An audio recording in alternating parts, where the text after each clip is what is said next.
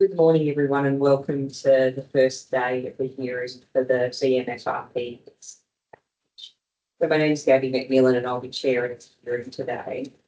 First of all, I'd like to acknowledge the traditional owners of the lands on which we're meeting and also where the project's located as well. So that includes the Yorta, Barak, and Wambalurtha people. And I'd also like to acknowledge that there might be people online joining from other traditional lands. So acknowledge the deep and continued connection to country, the traditional custodians and their care for the land, water and sky over many thousands of years. And also a special appreciation to the traditional owners who've attended the site over the last couple of days as well. In terms of some housekeeping matters before we get on to the introductions, this hearing is conducted in public and will also be audio recorded. Just checking the audio recording to be open. Yes, okay, good. So there'll be a link to the recording available on the Engage website at the end of each day, and you can also get access to a recording of the directions hearings if you have any questions arising from that. For people who are online, I think everyone's doing it already, but if you could just keep your microphones and muted. If there's any questions that arise, please just raise your virtual hand and we'll have someone keep an eye on that through the process. For those people in the room, we have toilet facilities in the room and there's also tea and coffee facilities available. Now I'll just introduce the other members of the committee. So I'll have to hand the mic over. Hello everybody, can you hear me? I'm Mandy Elliott and I'm also part of the committee, and I want to introduce myself at the directions hearing, but my background is in environmental law and science.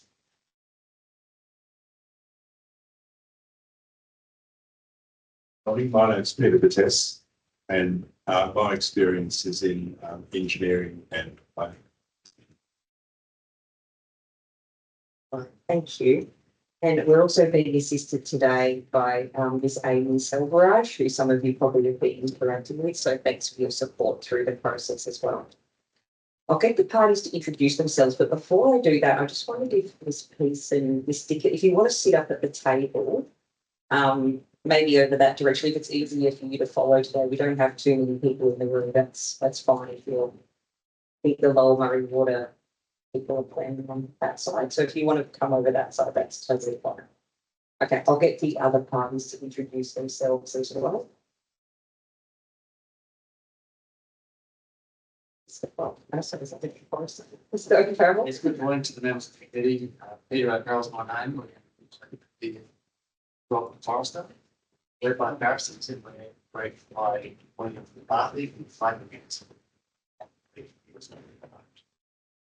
Thank you, Mr. O'Carroll. I'll just mention the others in the room. We also have Ms. Hills and Ms. Dickens just observing today as well. I think we've got some representatives from Lower Murray Water. Are you planning on introducing them when they make their presentation? Yes, that's exactly. Yes, that's no worries. Okay, thank you.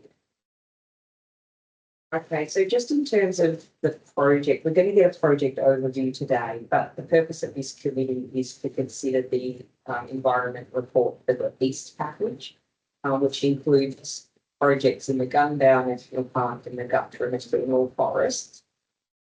The committee has been appointed as an inquiry under the Environment Effects Act and also an advisory committee under the Planning and Environment Act.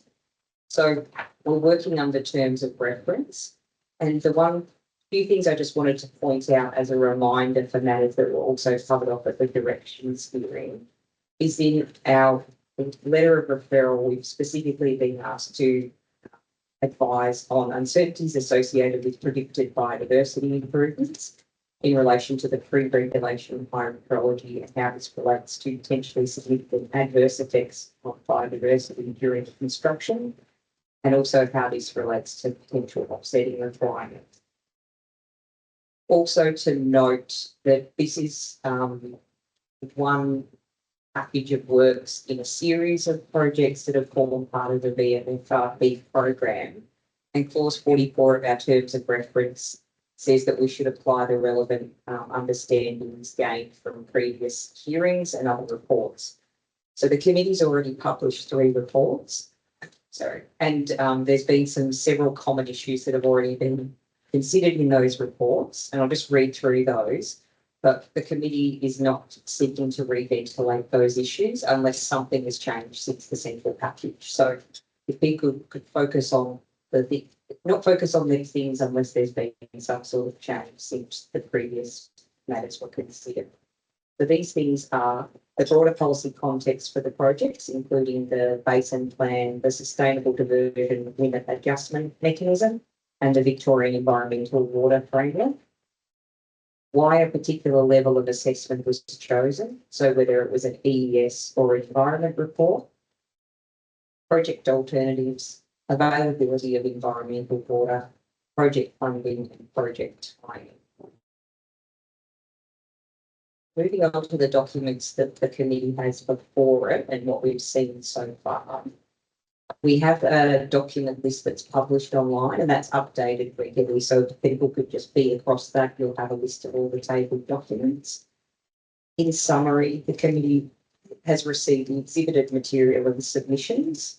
So we've got a copy of the environment report and the supporting technical assessments, the draft planning scheme amendment, and all of the submissions that were received through the exhibition process. In terms of information from the proponent, we've received the hydraulic modelling reports for both Gunbower and Guthrie Benwell, received the Part A and opening submissions, technical notes, the maps, expert evidence, we've got a list of all of it. And we've also received the day 1 version of the controls, environmental treatment framework standards, and we've received a copy of the presentations that are going to be run through today. We've also received other evidence filed by Mr. Pardo on behalf of his piece. Thank you for that. The committee also conducted an accompanied site inspection this Monday and Tuesday. On Monday, we followed the itinerary as circulated in the document. Yesterday, we almost followed the itinerary as per the document. However, there were some parts that we weren't able to access due to track conditions. And so we didn't see the Borrow site or the pig swamp, but we saw the pig swamp, which was fine. So thanks to the proponent and representatives from the CMA for organising that, and also for the other members of the submitters who attended as well.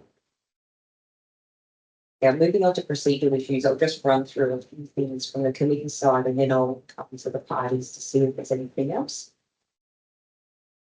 So the first one was traditional owners. We wrote to the proponent, I should go back a step. Our terms of reference require us to seek the views of the traditional owners and the RAPs. We wrote to the proponent on the 26th of May, just asking them to contact the RAP and traditional owner representatives. And the committee wrote to us on the 1st of June confirming that they had written. Just wanted to check, Mr. O'Farrell, if you've received any response to that and any late requests for the secretary.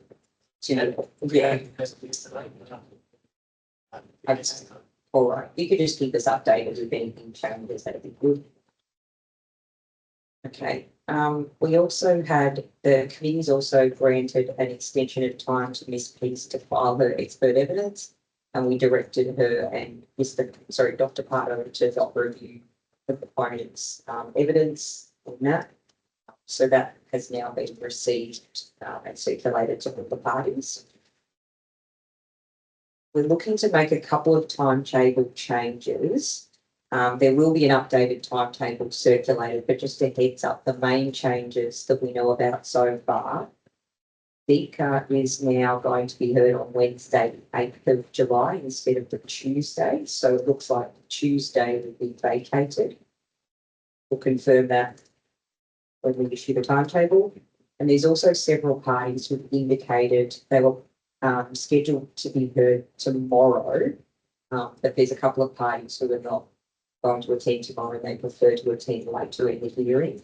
So Dr. Kelly and Nicole McKay will be heard later in the hearing, so tomorrow might be a slightly shorter day. And then one other matter is that Ms. Alden, representing the, I might pronounce this incorrectly, the Galgara Resources Indigenous Corporation, originally indicated that she'd be supported, her submissions would be supported by Uncle Neville Wyman. She's indicated that she's now planning on also bringing along Uncle Ron Galway in support of her submission. We also went on site. So that's just a note for her submissions. Thanks them. That's all from the committee. Checking from the proponent whether there was any other procedural matters that you would like to run through first up. Thank you. In relation to Kay and Dr. Kelly, is there any indication as to just thinking about the timetable and all this for Thursday this week, we've had things all scheduled for that to be dealt with on Thursday. So not sure how long mentioned was the 2 hours. But if I could return to next week and Dr. Kelly, whether those recording material, any material as to why it is that they are able to come on Thursday, that we can have access to that information, but also when it might be proposed that they would be rescheduled to. I'll need to check the correspondence, but I can come back to you after the break on that, and we can certainly provide everything. My understanding is that the plan was to be in Melbourne, so I think it was going to be on the 8th of July, 8th of July. In the afternoon. In the afternoon, but we'll check also if there's any correspondence explaining the reason for the reschedule request. If we could just observe our position on that. We also, more generally, this came up a little bit earlier, process, if party is communicating with the committee, we just seek a reinforcement of directions from the committee that circulation and boosters added to those communications, because there might become a procedural issue that someone has an interest in that needs to be raised before the committee. Okay. Yes, just a reminder, I'll do that now. Just a reminder for people to make sure parties are copied in if they're making requests for changes or timetable and any matters that come up. Then on that Tuesday, so week 3, Tuesday the 7th of July, could we just raise with the committee the possibility, instead of sitting on Monday the 6th, we can sit on Tuesday the 7th. Back out the day, back out the Monday. It's a little bit dependent upon where things are on the Wednesday, the 8th. But we just wanted to flag that. We're just making some arrangements at our end. But at the moment, that if Tuesday becomes available, a current preference would be to sit on the Tuesday if that's convenient for the committee instead of the Monday. Yes, we'll have we'll come back to you on the break about that. Otherwise, yeah, thank you. Okay. So, all right, well, thank you. I'll just check. Got some other submitters in the room. Did you have any other preliminary matters or questions at this stage? Okay, no problem. Just checking online if there was any parties. Okay, okay, there's a note. Okay, now we're ready to hear from the proponent. As mentioned, we've received it's part A, the opening submission of the presentations that you've provided. So we've got a copy of them computers and happy for you to take it over to you. Right, well, thank you. So the part A is document 15, and then we have an opening submission, which is document 47. Recirculated some presentations, which are YouTube videos, or they've been stored on YouTube, and There are links to both of those video files in document 46, which is the letter that as we understand it, there's an indication in the site view that the members of the committee had the opportunity to view those videos. It's about a 15 to 16 minute exercise. It's a matter for the community to show it again. I'm conscious that there might be some people watching on that perhaps haven't had the opportunity to see it. Or that the videos locally speak 1,000 words. They might save me 1,000 words if we show the videos at some point. I think it would be useful to show that we have watched them, but I think the parties, it's a useful exercise, I think. Yeah. Right, so then in the perhaps if I just address, there was a question yesterday in the site inspection about a laydown area, at a particular location. I think Mr. Forrest is in a position to show you where that information is. But I think that question came from this piece.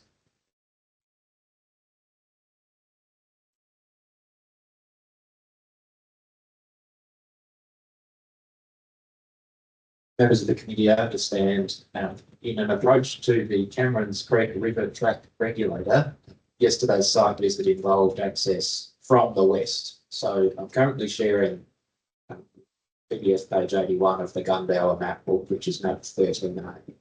And hopefully you can see my cursor from where you're sitting, members of the committee. I'm pointing to the point of access on the site view from which the River Track Regulator site was viewed. At that point, there's not access across the creek, and so the committee and attendees were able to see that site from this western bank. There was discussion of the laydown area, and I understand an indication that it may have been off to the west in the location of a clearing. It is in fact off to the east of Cameron's Creek, as indicated on this map. And it occupies an area which is, in rough terms, 20 by 20 metres. So it's been sited on the east in a location chosen through the course of alternatives assessment to avoid minimise loss of vegetation, and that's detailed in the relevant attachment to the ER. You will also note that along the containment bank proposed with the new tracker top, there's also a turnaround area proposed to be accommodated within the construction footprint on the eastern side of that containment bank. So it's the turnaround area shown in the circular map in the right location.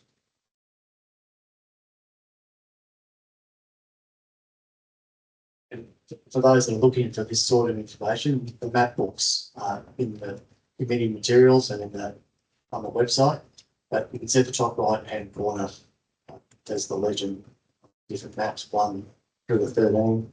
This map's map 13, the bottom right. So if anyone's looking for this sort of information, I'll be able to go to the map book and information. So we hope that this is assistance to this piece topic. Thanks, Mr. Foster. So then, just returning back to the opening submission, we map out there the shape of our case, what it would look like, but conscious that the committee has read this, but for those that haven't had the option to read it, we, in paragraph 2, set that out, and then paragraph 3, make reference to the Part A submission. We don't intend to spend long in the Part A during the delivery of our submissions today. And we'll also prepare a Part B main submission in accordance with the committee's direction. And I think that's due on the 3rd of July, which will respond to the key issues in the committee's letter from the 23rd of May, will respond with submissions and evidence and final position on the project documentation. That will all come after the conclusion of the evidence. So this is day 3 out of 10 across the 3 weeks. Paragraph 7, we set out how we intend to present our case. And we'll start with an introductory presentation, which will be presented by Mr. Tim Shanahan. Mr. Shanahan, he was locally the tour guide over the last couple of days, but he's the executive manager of major projects at North Central CMA. And his presentation's in 2 parts.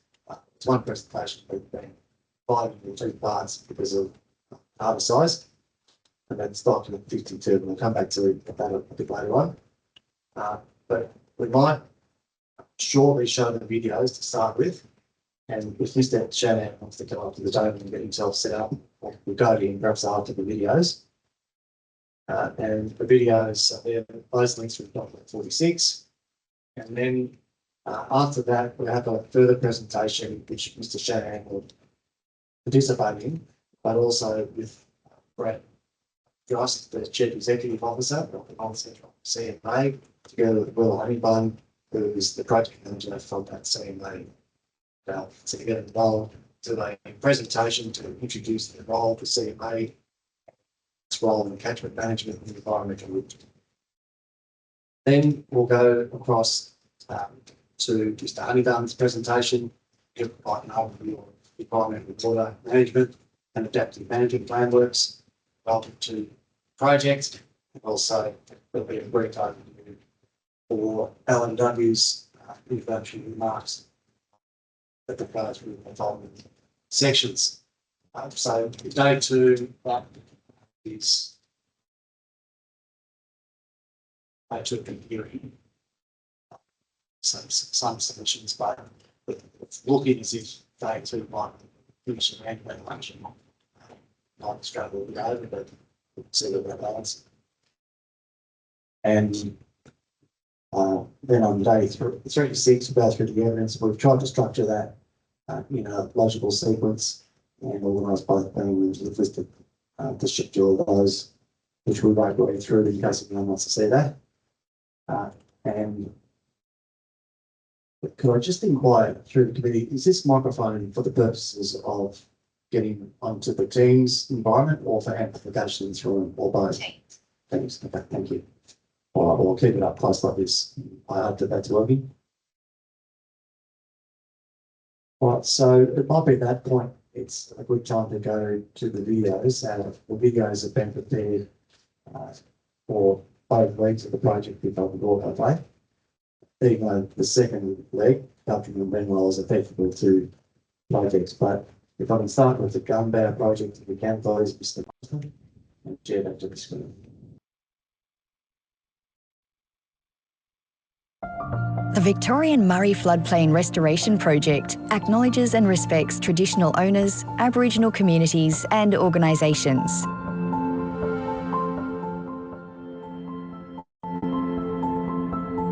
The project consists of 8 projects that aim to return a more natural water regime to the flood-dependent forests and waterways. This short video outlines the proposed project infrastructure and operating scenarios for the Gunbow project, which is located on the Victorian Murray River floodplain within the Gunbow National Park between Turrumbary and Kahuna. The project is made up of 2 water management areas known as Middle and Upper Gunbow. Both of these areas would have 2 main operating scenarios plus hybrid events, enabling water to be provided to varying depths, extents and durations on the floodplains to align with flooding that would have naturally occurred prior to river regulation and climate change impacts.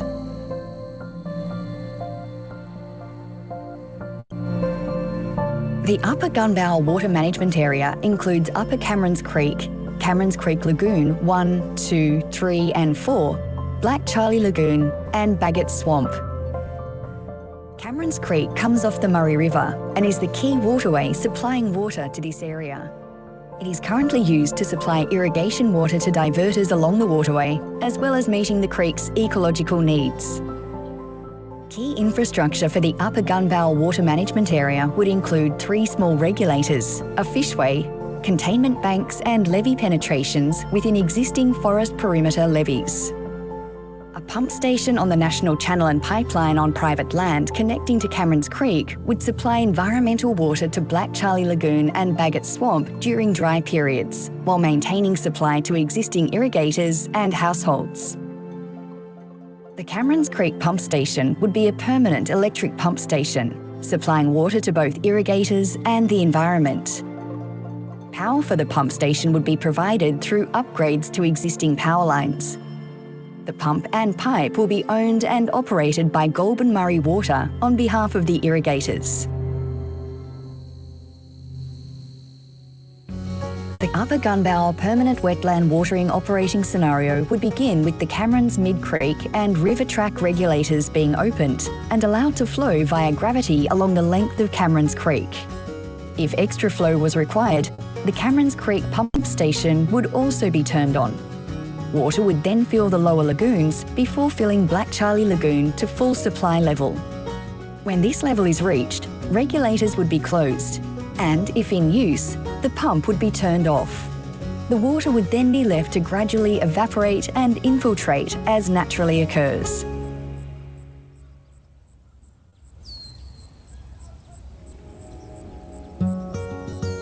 The Forest Floodplain Watering Operating Scenario would begin with opening the Camerons Mid-Creek and River Track regulators.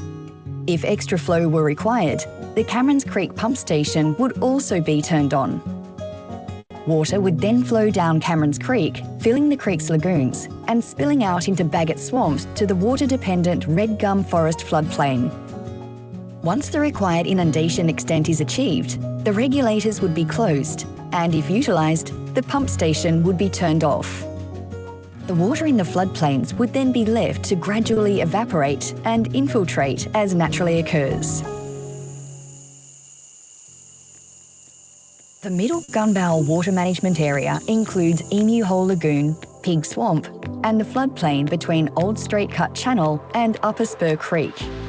Key infrastructure for the Middle Gunbower Water Management Area would include the Brereton Road Pump Station with a pipeline and outlets, 1 large regulator, 8 small regulators, 2 drop structures, containment banks, and upgrades to existing forest perimeter levees with levee penetrations. A permanent electric pump station would be built into the riverbank and covered to allow water to be pumped from the river through buried pipelines to water-dependent parts of the floodplain. For the pump station to function, existing power lines would be upgraded as required, and new power lines constructed underground within the national park. The Forest Floodplain Watering Operating Scenario in the Middle Gunbower Water Management Area would begin with the opening of this regulator and the closing of these regulators. The Brereton Road Pump Station would then be turned on and run at the full capacity of 125 megalitres per day. Water from the pump station would be conveyed via a short pipeline to the Old Straight Cut Channel, where water would then be gravity-fed through a regulator and delivered to the mid-forest floodplain. Water would then spread northwards through the forest, following flood runners through to Old Kahuna Main Channel, and then entering and filling the Deep Creek Channel, where a stop bank to the west would prevent outflows to Gunbower Creek. A new control valve on the existing embankment pipe would control outflows to the Murray River. Deep Creek would then fill and spill from both banks, backing up water in the water-dependent parts of the forest to the south and spilling north, eventually entering the upper reaches of Spur and Broken Axle Creeks. Existing perimeter levee banks and containment banks would contain the water on the floodplain and in the forest. Once the required extent and duration of water on the floodplain is reached, the pump would be turned off and the mid-forest regulators would be operated to return water to the Murray River.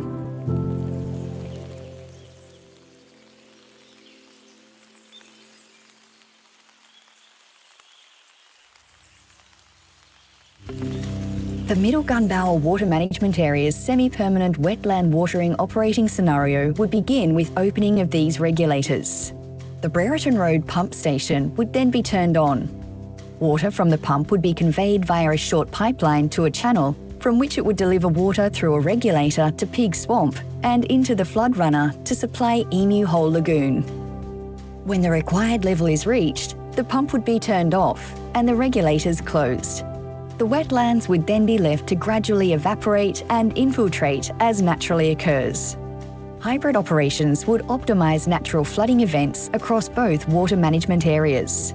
To do this, the project would optimise natural flooding events by either extending their duration or increasing depths to align with pre-regulation flooding events. Outfall regulators could be closed to hold water in the forest for a longer duration, and pump stations could be used to supplement floodplain inundation in smaller natural events to achieve depths and durations consistent with the ecological outcomes of the water-dependent floodplain. These events would end, as described earlier, with a combination of opening the outflow regulators and any remaining water left to gradually evaporate and infiltrate as naturally occurs. Further information can be found at the VMFRP website at vmfrp.com.au.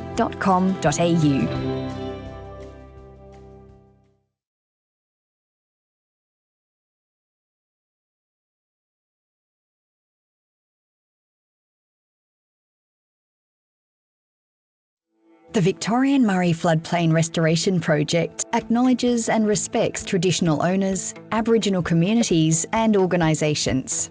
The project consists of 8 projects that aim to return a more natural water regime to the Victorian Murray River floodplain. This short video outlines the proposed project infrastructure and operating scenarios for the Guttram and Benwell projects, which are located on the Victorian Murray River floodplain between Kundrook and Mile. For both projects, there would be 3 main operating scenarios, which could provide water to varying depths and durations on the floodplains. The Guttram Forest Water Management Area's watering scenarios would be carefully managed operations, which would aim to mimic river water flooding onto the floodplain that would have naturally occurred more frequently prior to river regulation and climate change impacts occurring. Key infrastructure would include pump stations, their pipeline and outlets, large regulators, small regulators, containment banks, drop structures, and upgrading of existing levee penetrations. Permanent pump stations would be built into the riverbank and covered, pumping water from the river through buried pipelines to water-dependent parts of the floodplain. For these pump stations to function, power would need to be supplied to the infrastructure. To do this, existing power lines would be upgraded as required and new power lines constructed to deliver energy to the pump stations. The Guttram Forest floodplain watering operating scenario would target river red gum forests with flood-dependent understory, as well as the lower-lying semi-permanent wetland systems, and would begin by closing the regulators, followed by both the pump stations being turned on, running simultaneously at full capacity. Water from the Guttram East pump station would be pumped via a pipeline and released through outlets at Little Reed Bed Swamp, Reed Bed Swamp North, and Reed Bed Swamp South. Water pumped from Guttram West pump station would be released in the main Guttram Swamp complex. The water would be contained on the floodplain by existing levee banks, new containment banks and regulators.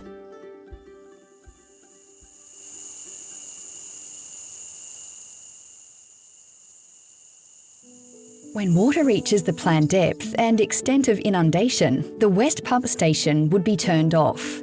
The east pump station would continue operating at a maintenance flow to maintain the desired water extent, depth and duration. This compensates for evaporation, transpiration and infiltration losses, as well as maintaining water quality. In the final stage of an event, the Guttram West regulators would be partially opened, allowing gravity-fed outflows to the Murray River whilst managing the extent and duration of the watering event.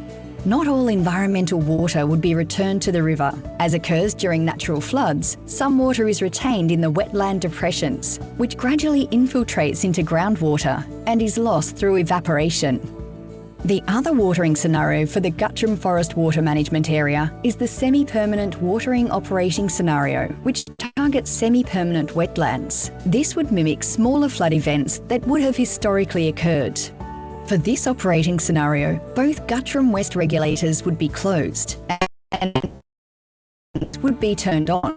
Water would be pumped through pipelines and released into runners and natural flows, filling the Reed Bed Swamp, Little Reed Bed Swamp, and the main Guttram Swamp complex to the required levels. The pump stations would then continue to run at a reduced maintenance flow before being turned off completely, at which time the small regulators would be closed to stop water flowing back to the Murray River. The water within these semi-permanent wetlands would then be held on the floodplain and eventually infiltrate and evaporate.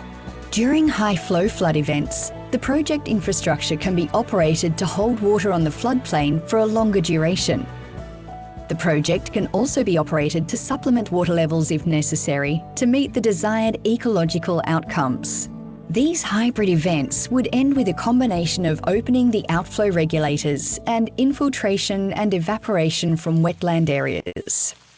The Benwell Forest Water Management Area operations would aim to mimic more regular flooding that historically occurred prior to river regulation and climate change impacts occurring. Key infrastructure for the Benwell Forest Water Management Area includes the Benwell Pump Station, 1 large regulator, 4 small regulators, which include 3 natural inflow-outflow regulators, 2 drop structures, 2 outlet penstocks, upgraded existing levee penetrations, and containment banks. The Benwell Forest floodplain watering operating scenario would target river red gum forests with flood-dependent understory, as well as the lower-lying semi-permanent wetland systems. For this operating scenario, both the Benwell Main Regulator and Benwell East Regulator would be closed. Then the Benwell Pump Station would be turned on and run at full capacity. Water from the pump would be conveyed via a short pipeline to the 2 outflow locations. Once full inundation is achieved, 1 regulator would be partially opened to create a through flow to help maintain water quality. Pumping would maintain inflows to offset losses and provide return flows to the Murray. Once duration of inundation is achieved, pumping would be gradually reduced and outflows would be achieved by opening outlet regulators. Water would then drain from the forest floodplain to the Murray River as occurs naturally. The other watering scenario for the Benwell Forest Water Management Area is the semi-permanent watering operating scenario, which targets semi-permanent wetlands. This would restore flooding that would have historically occurred. This scenario would begin with closing of the Benwell Main Regulator and containment bank spillways. The Benwell Pump Station would then be turned on, and water from the pump would be conveyed via a short pipeline to the 2 outflow locations, 1 towards each semi-permanent wetland. When the required inundation level is reached, the pumps would be turned off and the water would be left on the floodplain to gradually infiltrate and evaporate. The Benwell Main Regulator would be reopened when it is no longer holding back water. Further information can be found at the VMFRP website at vmfrp.com.au.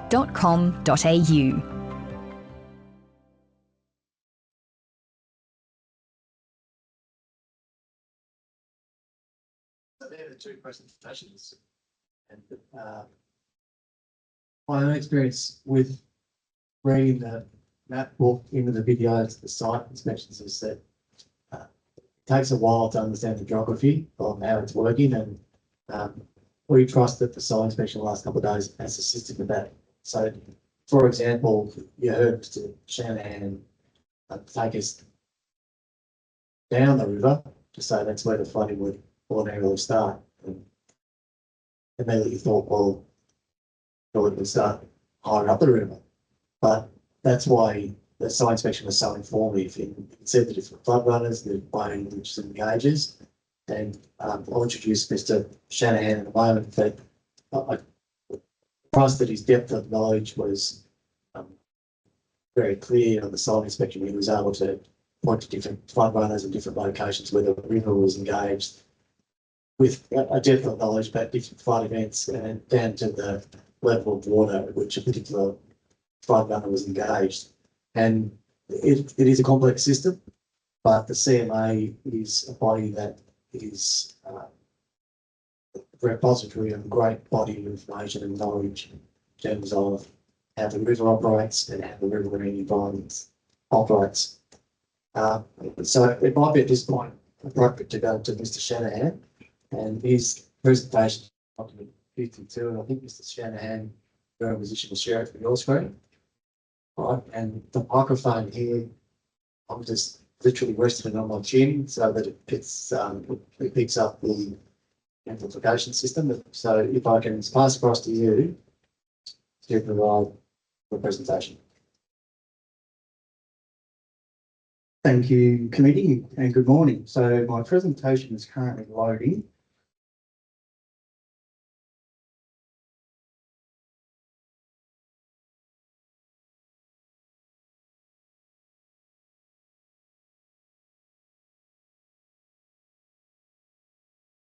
But the committee's got it open on their screens as well.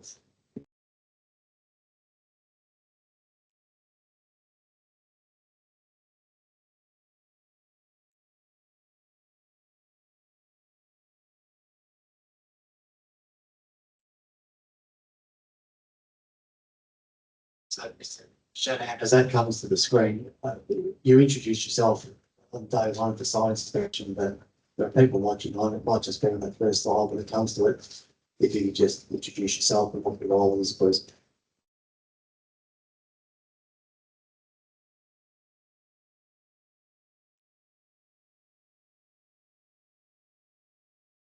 Okay, so thank you. My name is Tim Shanahan. I'm the Executive Manager for Major Projects at the North Central CMA.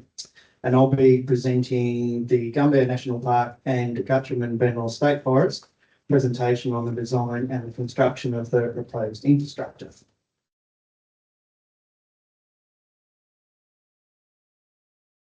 So, I took away from them. Okay. Yeah.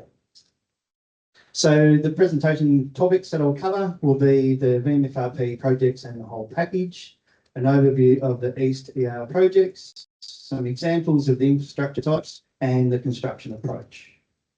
So the projects and packages, as we've seen on the videos, and we know there's 8 projects in total. The central package of EES and ER have already been assessed.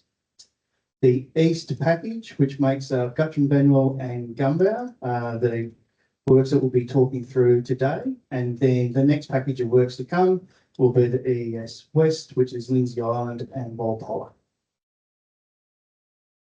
So an overview of both Gumbear and Guttram and Benwell. So for Gumbear, it's located within the National Park and also the Gumbear Forest Ramsar site.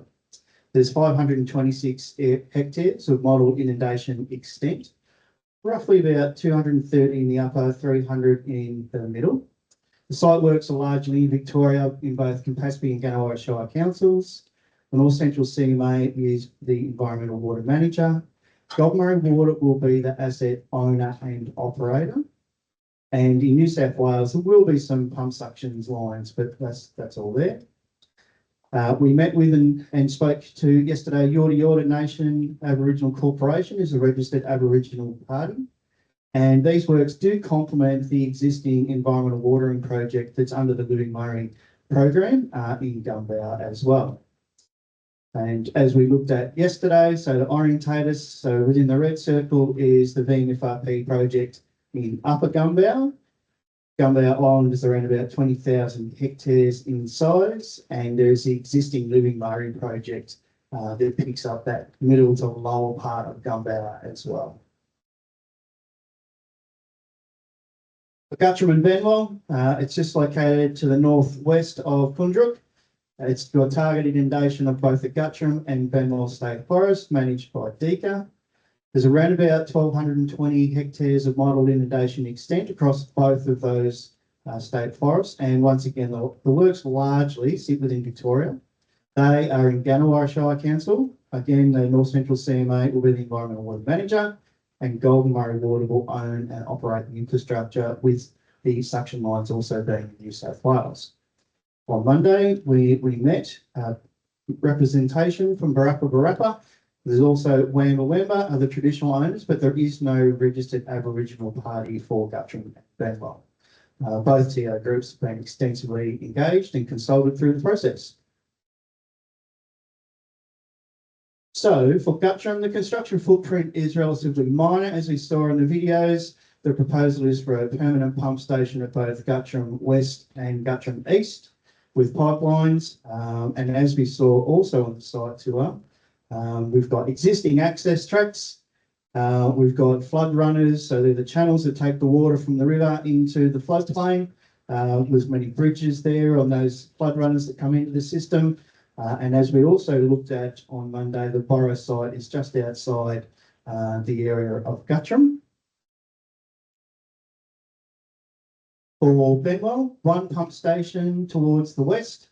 Most of the infrastructure located, including the larger structures, so the regulators, the small structures on that, the existing river track, which will be the containment bank. We'll also have the Benwell East regulator. And as we saw on Monday, both forests have extensive perimeter levee systems there for flood management, which we will have some levee penetrations there that we'll need to upgrade along those existing levees, but they are essentially fit for purpose as they are now. and don't need to have works done underneath the project. We also saw some of the access tracks. We saw the levee penetration sites, and we also know that people use pumps as well to get water over those levees at times as well. So we'll be working with those landholders.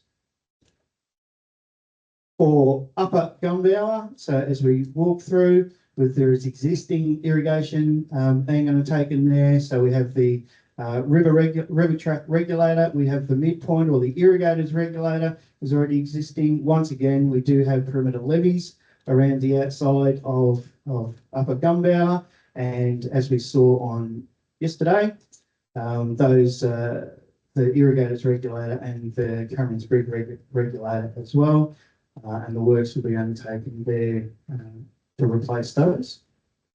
And for Middle Gumbower, it's a little bit more complex, but as we saw on the site tour, pump station proposed at Brereton Road, infrastructure at Deep Creek and then down at Spur Creek, and broken axle track to get the water on the floodplain in those events around the outside, and no infrastructure across the floodplain.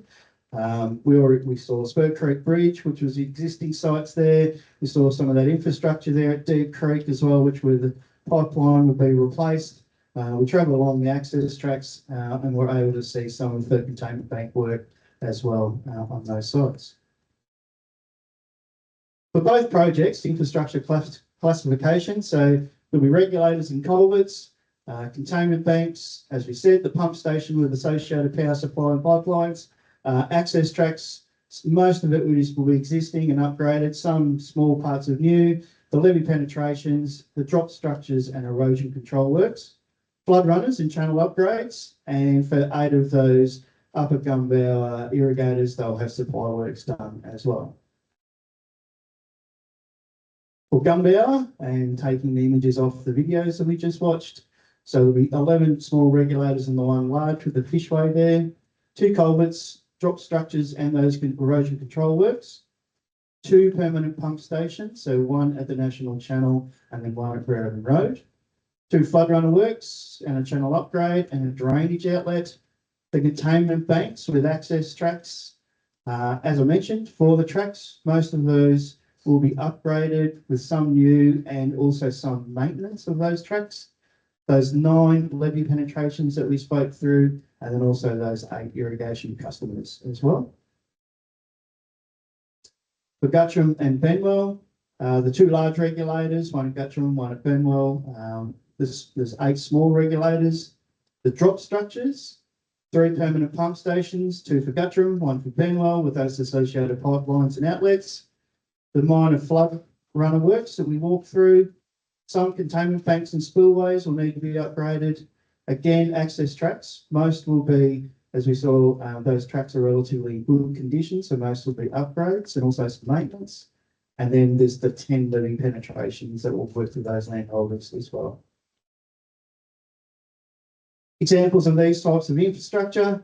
So for regulators, they're used to deliver the water onto and off the floodplain, and then the culverts that are underneath those roads be able to drain water, take water from one side to the other. So there's an example there of Little Gumbower and also a culvert there as well. For the larger regulators, so there's a design there for the Pig Swamp offtake regulator, which comes off Old Straight Cut, and there's also the Kundra there as well. For the containment banks and spillways, so the containment banks are some raising of the embankments that contain the water on the floodplain. Generally, they'll be associated with those existing access tracks. There will be some spillways as well incorporated into those banks for controlling of overflow and allowing the regulation of the water. As I mentioned, permanent pump stations. So there's another image there from the videos. Buried underground with the switchboards above ground, above that 100-year flood event with those associated pipelines and outlets in the forest. And the pipeline will be trenched in, as we spoke about yesterday. That pipeline will have the pump station on the National Channel and will follow mainly private land inside the fence lines across to be able to supply those 8 properties and then outfalling in the end to Cameron's Creek. Our construction approach. So I'll talk through the construction footprint, our access track categorisation, borough sites, coffer dams, where the laydown areas, the typical construction images, and then both wet and dry commissioning as well as the duration of the construction. So the footprints at regulator sites, it is an additional area that allows us to permit that construction to occur.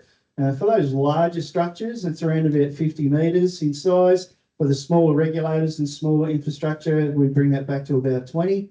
We have surveyed the larger area to enable us to avoid and minimise any of those impacts, and they are site specific, so we've been able to bring those down to be as small as possible, and they have been validated and adjusted as well by some early contractor involvement.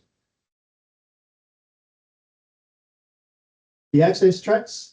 So each track has been categorised from 1 to 6. We've been able to do that so that there's the project development work can minimise those track construction and upgrade requirements and any maintenance as well.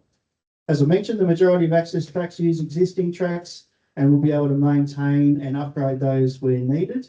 There is some small minor new track requirement and really the design and the upgrade of that track, because we're covering over both National Park, which PV as the land manager, and State Forest, which Deeker is the land manager. We've worked with and discussed that with each of those as well. Shanahan, we just had a question out on site talking about there was only one track, and you just repeated that there. Yes. Just maybe point that out. Yeah, I can't do it on that side, but the new track is able to get us over to the Broken Axle Creek regulator across that clear paddock. The paddock we drove over. Yes. Yeah. As I mentioned, categorisation from 1 to 6. We drove mainly on 2A, 2B tracks. So, for example, there we've got River Track, which is around about 6 metres in width. They've got the operation and maintenance and some light construction access, all the way through to the sort of the larger public access and operation routes as well that we need to be able to maintain access to the infrastructure even in wet weather, which we experienced a bit of that yesterday with tracks that were affected by wet weather. So we've been able to categorise those, and they're the proposed lengths. As you can see, most of it is for the 1A, the 2A kind of tracks there that are existing. We'll do some minor maintenance works to them, sheeting, or being able to put the rock beaching down to be able to maintain that access with them. And in Guttram and Benwell, once again, good tracks in the State Forest. Most of that will be the 1A type of track. There is some other minor works as well that will be able to get the heavy construction vehicles in there to get to those sites, particularly the pump stations during wet weather. Generally for the tracks, as I mentioned, they're existing, they are suitable, they are good fit for purpose in a condition that we can maintain them with both Parks Victoria and Deeker, and with Gulf Murray Water as the owner and operator of the infrastructure. So we've been able to look at those and propose some minor upgrades and maintenance to be able to get in and out of those areas. And where there are some environmental heritage features, we've been able to completely minimise the impacts to those as well. Just an example of River Track in Gumbower. These are works that have already been sort of undertaken on a regular basis on River Track, and the way they form the shoulder and the drainage points as well, so that you can get access through those tracks in wet weather. So it's a pretty common structure type that we use in those national parks. Yeah, spots where we saw that was done yesterday was good access, even after the wet weather we had last week. There's a borough site at both Gumbower and Guttram and Benwell. So we were able to see the Guttram borough site on Monday, but we couldn't get into. But that is a photo of the Gumbower borough site that is just next to Bagot Swamp. It is all on private land. We did go through it in the process and have done some preliminary works as well. And just back on track example. So Yep. people were on site, you also mentioned something about a sill. There was another design. I just wondered if you had any pictures of that in the presentation. No, I don't. I'm Sorry. No, sorry, I don't. Yeah, as mentioned, that's the Gumbel Borough site. Copper dam situation. So this is an example of what the copper dam would look like for the construction of the pump stations and the laydown sites as well. So where we can get the plant and material in there or a site office if we need to. I haven't got any that are relevant to our particular area because we haven't done any construction, but that's just an example of what the plant material would look like in those laydown areas, and also what the coffer dam, that was works done at Clynbrook Fishway, which we had a look at on Monday as well. Small regulator there on the left-hand side in a water course, so tied in well. That's the type of containment bank kind of structure as well that gives you access across the waterway, but ties in well to the landscape. And an example of the fishway. So that's the cone fishway that I was talking through. They are very low maintenance. They give really good flows for small bodied fish in a small watering event. And then as the water level rises, you can get medium bodied fish through those waterways as well. They're very easy to maintain out in Cummins Creek. Sediment control rehabilitation as well. So we'll be undertaking those works where we can sort of control the runoff of water so that we can then maintain the site as best as we possibly can to minimise the kind of impact that we might be having there and taking into consideration those key issues that we might confront. And reinstatement and rehabilitation as well. So that will be back to pre-conditions or as agreed to with that relevant land manager in Parks Victoria and DECA, and the reinstatement and rehabilitation in accordance with the EDSs and the EMF as well. So that'll be important work that we'll be undertaking through the construction process.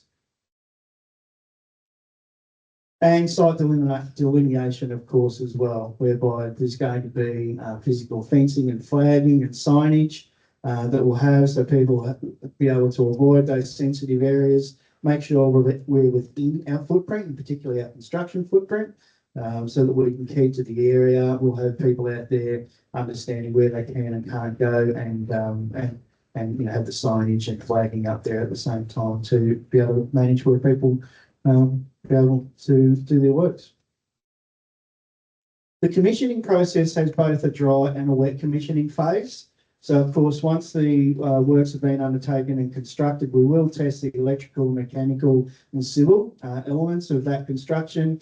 We won't automatically go into a watering process as soon as they're constructed. We'll need to wait for the opportune time to be able to do that for ecological needs and the need under our environmental water management framework to do that. So that dry commissioning will happen to make sure that those elements are covered from an engineering perspective.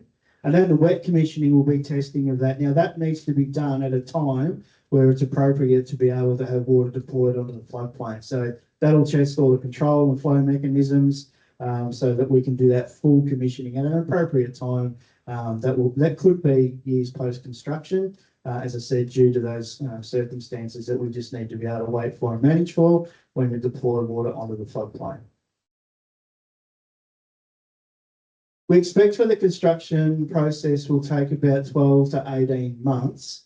That will be pretty much determined by how long it takes us for the construction of the pump stations. If you have a high flow event or you have wet weather, that does curtail things slightly. So that time frame is really determined by those two, that major piece of work with the pump stations. We will consider high flow events. If we have a flood, we'll probably shut down and we'll try and avoid those periods, of course. But as we get closer to construction, we'll have that program well developed, particularly with the detailed design and the preferred contractor to be able to detail that in further information. And that is my presentation. Thanks, Mr. Shannon. Just in terms of the inquiry from the committee about an image showing the sill, might you be able to track one down, do you think? In due course, do my best. Okay. So I think you've explained this to me separately, but could you explain what it is? As I understand it, it's the nature of a retaining wall, the type of thing you might see colloquially in the garden bed, concrete retaining wall on the edge of the road, and then it goes straight down to the ground for the algae height and 30, 40 centimetres off the ground. Yes. And then you had some indication of some rock beaching just to pick up the pattern instead. Yeah, so it would be on the forest side of the road and the containment bank. The idea is it acts as a sill. So once you get to your full supply level of pumping, then any flood waters that may occur are able to flow over the top of the sill and over the road and continue back onto the river. So it really allows us to manage the full supply level. We know when we get to that point, then we've achieved our optimum watering regime for both a wetland flooding event or a semi-permanent wetland event or a full forest watering. It minimises the footprint of the containment bank and the road through the forest, and it minimises the environmental impacts that we might be having as well. So it provides some structural integrity to the containment bank. So particularly during flood events, then we can still maintain access if need be, but it provides a sort of a common sense approach to be able to keep water on the floodplain. And with the next presentation, that was the intended order. The gentleman just arrived after a car trip. Is it convenient now to take the morning tea break and then we'll set up on the other side that goes straight to that presentation? Yes. Yes, that's fine. I think we were planning on 11:30, but we can do it now and then just roll to the next presentation. Thank you. Okay, we'll just take a break for 15 minutes. So come back at a 11:15. Thanks.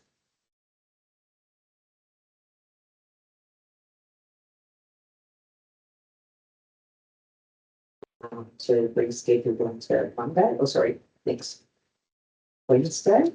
So get my dates wrong. And in the same way that we're going to grant that their request, we'll also grant your request to swap the Monday and Tuesday around. So Ms. Self-Barrage will update the timetable and circulate it to everyone with the new dates.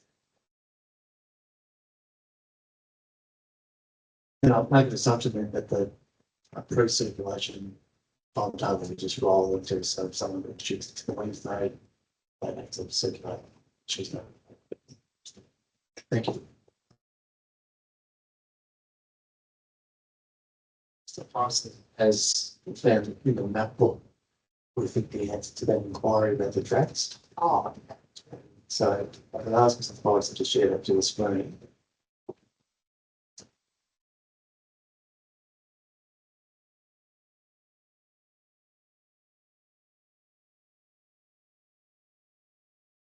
In doing this, we noticed that in the map book, the legend or the text, there's a reference to that track that's proposed to go across that big page that we were reading yesterday. And I'll just ask Mr. Foster to explain it. It's just how it's been located. But the gut point is that as it states down on the right, bottom right of the image on the 45 degree, that's the new track which proposed across that clear paddock. But it probably isn't demarcated that way in the materials. Whereas if you go further to where the cursor is, that pink colouring is showing that demarcation. So I'll just ask Mr. Frost just to explain that, but we think otherwise that's the only section of the new track. So I'm on Gunbower map book, map 1C at present on the screen, and I'll just scroll down to 1D to show where bus turns off from Seagulls track and makes its way across what is currently just a clear open paddock with no track. So you'll see that track there designated with asset class 2A. That continues across the paddock to meet the containment bank within which is the program to creek regulator. And across that containment bank, as Mr. O'Farrell identified, is the pink line designating the containment bank itself, which is associated with access tracking class 4C. Now, as the committee will recall, there's no track there now, unlike every other containment bank location, and there's no track across the paddock. The discrepancy we wanted to identify is that where those represent the entirety of the new tracks for the project, currently in the project description and in the relevant specialist assessment M, all tracks in class 2A are identified as upgrade to existing access track. And so where that identifies 16.6 kilometres of upgraded track getting to class 2A, the correct figures are 16.4 kilometres would be associated with upgrades to the extent that any upgrades are necessary. And then it's about 200 metres across that paddock. So there'd be 0.2 kilometres worth of creation of new access track. Again, that is only an accounting proposition, if you like. It doesn't change any aspect of the assessment or impacts in terms of plant vegetation or otherwise given the location of that paddock. So we'll ensure that's committed to writing when we provide our Part B submission to you, so that the specific references can be done. Right, so the next document is the presentation, and that's the presentation from Mr. Dryston, Mr. Honeybone and Mr. Shanahan, and that is document 53. It comes in 3 or 4 parts, A through to E for those listening on. I think it's Mr. Shanahan that's got control of the cursor there and the mouse. So if I can pass it across to you all, but if you could just start by introducing yourself, perhaps using the Dryston, you can start. Then pass the microphone on the table, and then if you could work your way through the presentation. Thank you.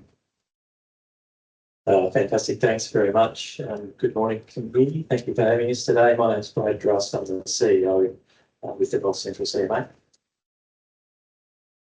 Good morning. My name is Paul Honeybone. I'm the project manager in the environment audit team at North Central CMA. And Tim Shanahan again, so I'm the executive manager for major projects at North Central CMA.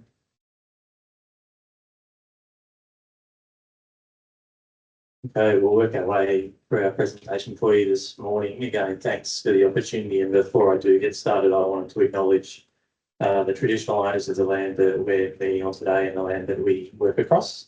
I'd like to recognise their rich and enduring connection to that land and the ongoing and essential role that they play in caring for it. Our respects to elders past and present, and affirm our support for their sovereignty, self-determination and continued connection to culture and country.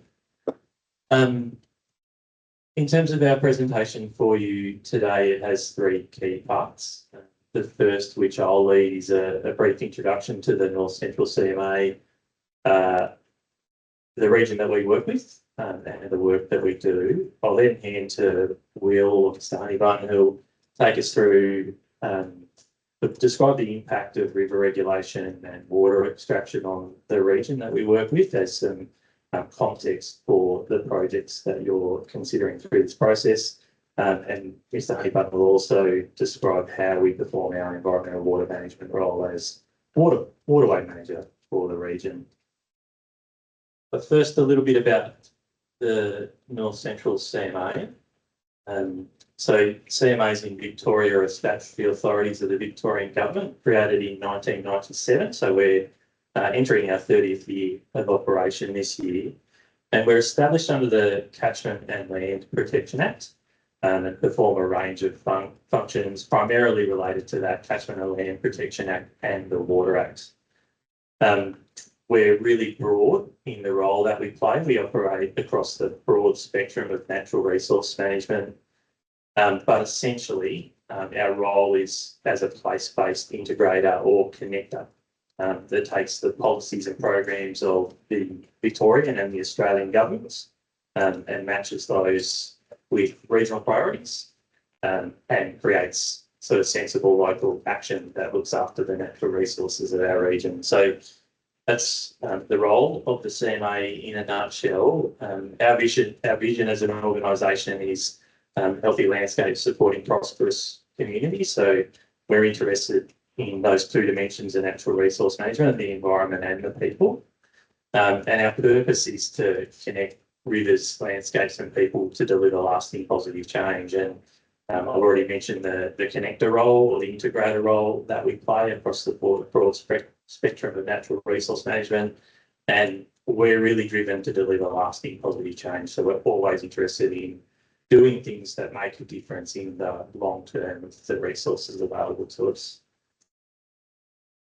I move now to talk a little bit about our region. There's a map on the screen there that shows the region that we work with, but it's a really diverse one, spanning from the forested foothills of the Great Divide to the south or the bottom of that, around locations like Woodend and Dalesford. There's box ironbark country through the centre of the region, where there was a lot of gold mining activity in the past. We've got the fringes of the Wimmera and the Mallee to the west of the region, or the left-hand side of that map. And then we've got large floodplains and irrigation areas to the north of the region, which is the area that these projects are located within. We are a catchment management authority, so our region is based on 4 catchments. And from the east to the west, or the right to the left of that map, the Campaspe catchment, the Loddon catchment, the Avoca catchment, and the Avalon-Richardson catchment. And those catchments are really rich in water-dependent values. There's something like 100,000 kilometres of streams and waterways, creeks, streams, rivers. In that region, there's in the order of 1,600 different wetlands, and importantly, 2 internationally significant sites that have Ramsar listing, one of which is Gunbound Forest, that's included within the scope of this project. Other notable things about the region, the majority of it, 87% of it, is privately owned, and most of that is agricultural land, so used for farming activities that add to our regional economy, and that means that farmers are a really important stakeholder base for us. And then the last thing I'd like to note, just a bit of regional context, is the region that we work with is the country of 7 traditional owner groups, 5 of which have registered Aboriginal party status, and there's a whole range of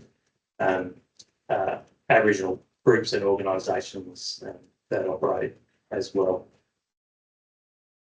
Just before I move that slide, there's some towns around the perimeter of the image. It's a bit hard to see, but can you just perhaps pick out the key towns around the perimeter of the catchment? Yeah, of course. So on the Murray, if I work from the right-hand side of the map to the left, we've got Echuca, and then we work our way along the Murray to Swan Hill. So we then head in a sort of southwesterly direction.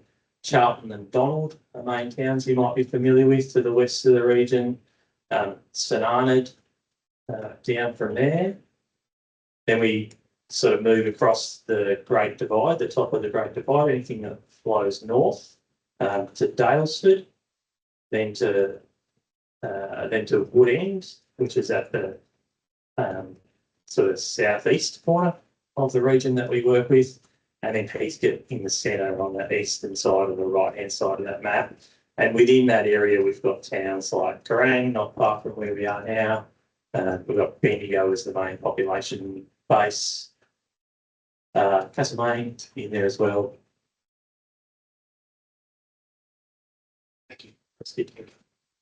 Okay. So I just wanted to talk briefly about the breadth of our role. So I mentioned the broad scope of the work of the North Central Catchment Management Authority as an organisation. We work across waterway management, floodplain management, biodiversity, sustainable agriculture. So really that integrating role across the broad spectrum of natural resource management. But it's primarily our role in waterway management that brings us here today. We have a real focus on delivering water for the environment and improving those waterways, priority waterways across the region. So for that reason, the North Central CMA is a project partner in the Victorian Murray Floodplain Restoration Project. And our partner, our role as a partner is primarily as waterway manager with that environmental water management function. Within the environmental water management framework in Victoria, CMAs play a role as the regional delivery partner. And it's for that reason why we're here today. And I'm going to hand to Mr. Honeybun now to take us through some of our experience and practices in the way that we perform that role. Thank you, Mr. Ross. We're going to start initially with having a look at how river regulation has impacted our region specifically. Speaking about the Mid-Murray region where these projects are proposed and where we have delivered environmental water to for years. And then move into our adaptive management approach for delivery of environmental water, with our experience in North Central CMA over the last few decades. So it's a very regulated system in the Mid-Murray. The red arrow in those schematics depict where the project area is. The pre-regulated condition contains a number of wetlands and floodplains that were connected through natural flows, unimpeded, with an average annual flow of around 12,000 gigalitres. And then on the right, under regulated conditions, we've got a lot of development. We've got floodplains and wetlands that are disconnected from the floodplain. We've got storages, which impact on the frequency and timing of natural flows. And then the natural annual flow post-regulation is around 3,000. So around a quarter of the natural flow is now delivered to the system. So it's a highly regulated system, and a lot of that regulation is upstream of the project area. Just specifically, the key storages that impact our area are Lake Hume, Lake Dartmouth, and Lake Eildon. Lake Hume and Lake Dartmouth regulate Murray River flows, and then Lake Eildon regulate Goulburn flows. They're important for our region because sometimes they can be the difference between high flow conditions and flooding. And the total storage in the basin is over 20,000 gigalitres. So almost twice the average annual flow pre-regulation is now contained in our storages. So it's a significant amount of water able to be stored and delivered, which changes how the river runs. Which slide's that one? Let's start now from the start of the photo there. And some of the effects of river regulation means that we don't see images as displayed on the screen there. The images before the large storages in the system, where during droughts or during low flow periods, the river would either go to a series of pools or dry out completely. There was some regulation back when these photos were taken, but not large storages. We don't see these images these days because the storages buffer out the effects of drought and dry periods, and it means that water is available during these times to support production, irrigation, and provide water to the environment. And we have a river that historically had low flows during summer and now have elevated flows during summer under regulated conditions. And then large floods have always been part of the Murray Darling system. They've changed as well. We've got small to medium floods used to occur a lot more frequently than they do presently. And then large floods have always occurred, but they're also impacted in the timing and in the magnitude of those flows. And while we often associate floods with impacts to rural communities, they are a key part of river ecology and floodplain function as well. And we're still relying on the benefits of large floods. This is a flow history for flows at Torrumbarry that has just disappeared and is now back again. And I think this is really interesting. It shows in the orange natural conditions, pre-regulation conditions. So before storages, before land management changes, when flows used to flow down creeks and rivers and into the major rivers as they would have naturally. And then we show actual conditions, so flows that are actually measured at these sites. So modelled natural conditions in the orange and actual measured flows in the blue. There's a couple of key takeaways from this flow history. So on the top row between 1895 and 1934, we see a hydrograph where natural and actual flows are very closely aligned. So where the peaks are the same under natural conditions and actual conditions. And then once we start seeing the storages being constructed in the system, that's when we start seeing some deviation away from natural conditions. There's a couple of key effects that we can see in this pickup. And that's once Lake Hume's construction, we start seeing some separation in the low flows. We start seeing elevated low flows. We start seeing a bit of difference between natural and actual flows. So we start seeing flows being captured in storages and changing the low flows. And we can start seeing once Dartmouth comes on in particular, that the small to medium natural flows, those small peaks throughout this hydrograph, they don't eventuate this system under actual conditions. So those flows are captured through storages and are no longer part of the river hydrograph. And then the third point is the large peaks that occur, these large floods. The peaks can be reduced through storages, so the floods aren't as large as they used to be, and the timing can also be changed. So it takes a bit of time for the storages to fill up and then to spill, and then we have delayed floods, which is different to natural conditions. So we've got a change to base flows, we've got the loss of small to medium floods in the system that are captured in the storages, and then we've got to change to the peaks, the flood peaks, through the magnitude and the timing.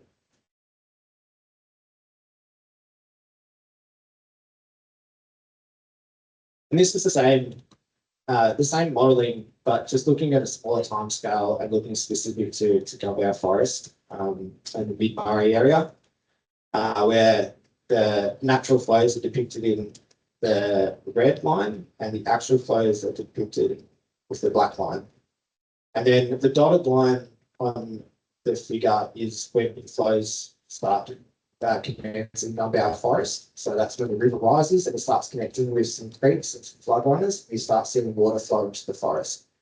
So we can see in the last couple of years, under natural conditions, we would have seen peaks that are high enough to result in some inflows into the forest. And they're the sort of the small to medium sized inflow events that flow through the creeks and floodwaters, top off the wetlands and spill out into the floodplain area. Under actual conditions, due to regulation, we didn't see any of those peaks eventuate in the forest. So we've got a real example of the last couple of years of the effects of regulation in these small to medium-sized floods at Gulbeyar Forest. And now those are largely absent from the system. Some other effects of regulation, particularly in floodplains, is that rivers are managed in channel and they're not able to get up above overbank as frequently as they used to, and therefore engage with floodplains. We've also got floodplains and wetlands that have been physically disconnected through levees, through diversions, through cuttings, and then we've also got a large areas of floodplains that has been encroached upon by private land and reduced the extent of these important floodplain areas.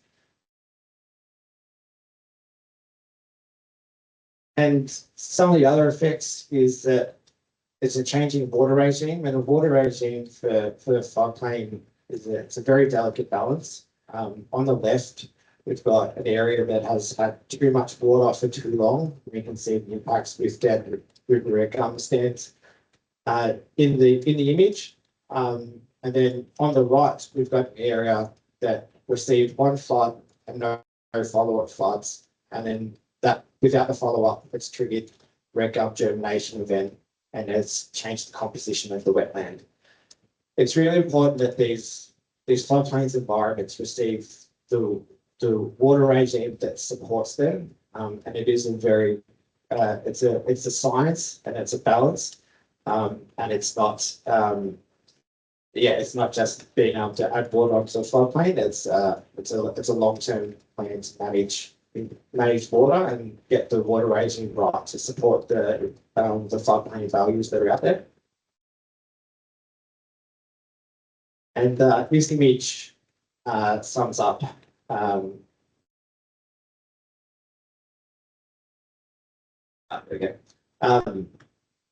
it shows the different water requirements for different vegetation communities in the floodplain.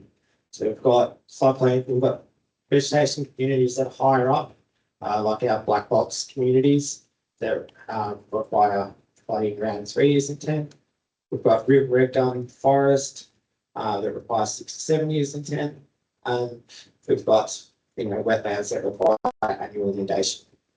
And this is across the whole floodplain, and it's evolved to have this water environment, and it's evolved before overbank flows were reduced by 48% in natural. It's evolved before we had shorter durations of flooding, and before we had these longer intervals between flooding. These vegetation communities out in the floodplain tell a story about the historic water regime that these forests have received, and tell a story about what they require going forward to be efficient. Regulation is also impacts to threatened species. There's not just water, it's also these floodplains been modified, which is also impacted on a number of threatened species through tracks, quarries, cattle grazing, forestry. There's been a number of impacts to these threatened species, and these floodplains are biodiversity hotspots. So there's a lot of plants here that aren't able to survive in other places. Hence why they're threatened. And the range has been significantly reduced, and therefore the importance of maintaining areas where they can persist, these floodplain environments, is increasingly important. Similarly, there's been impacts to a number of threatened species that are found out in the floodplain that also are important, require specific ecological needs that are provided by floodplains. There's the condition of the floodplain overall that supports these species, but then there's a range of management impacts as well, including feral animals, predation with foxes, impacts from deer, cats. And then these sites have also experienced significant modification that's increased the amount of invasive weeds.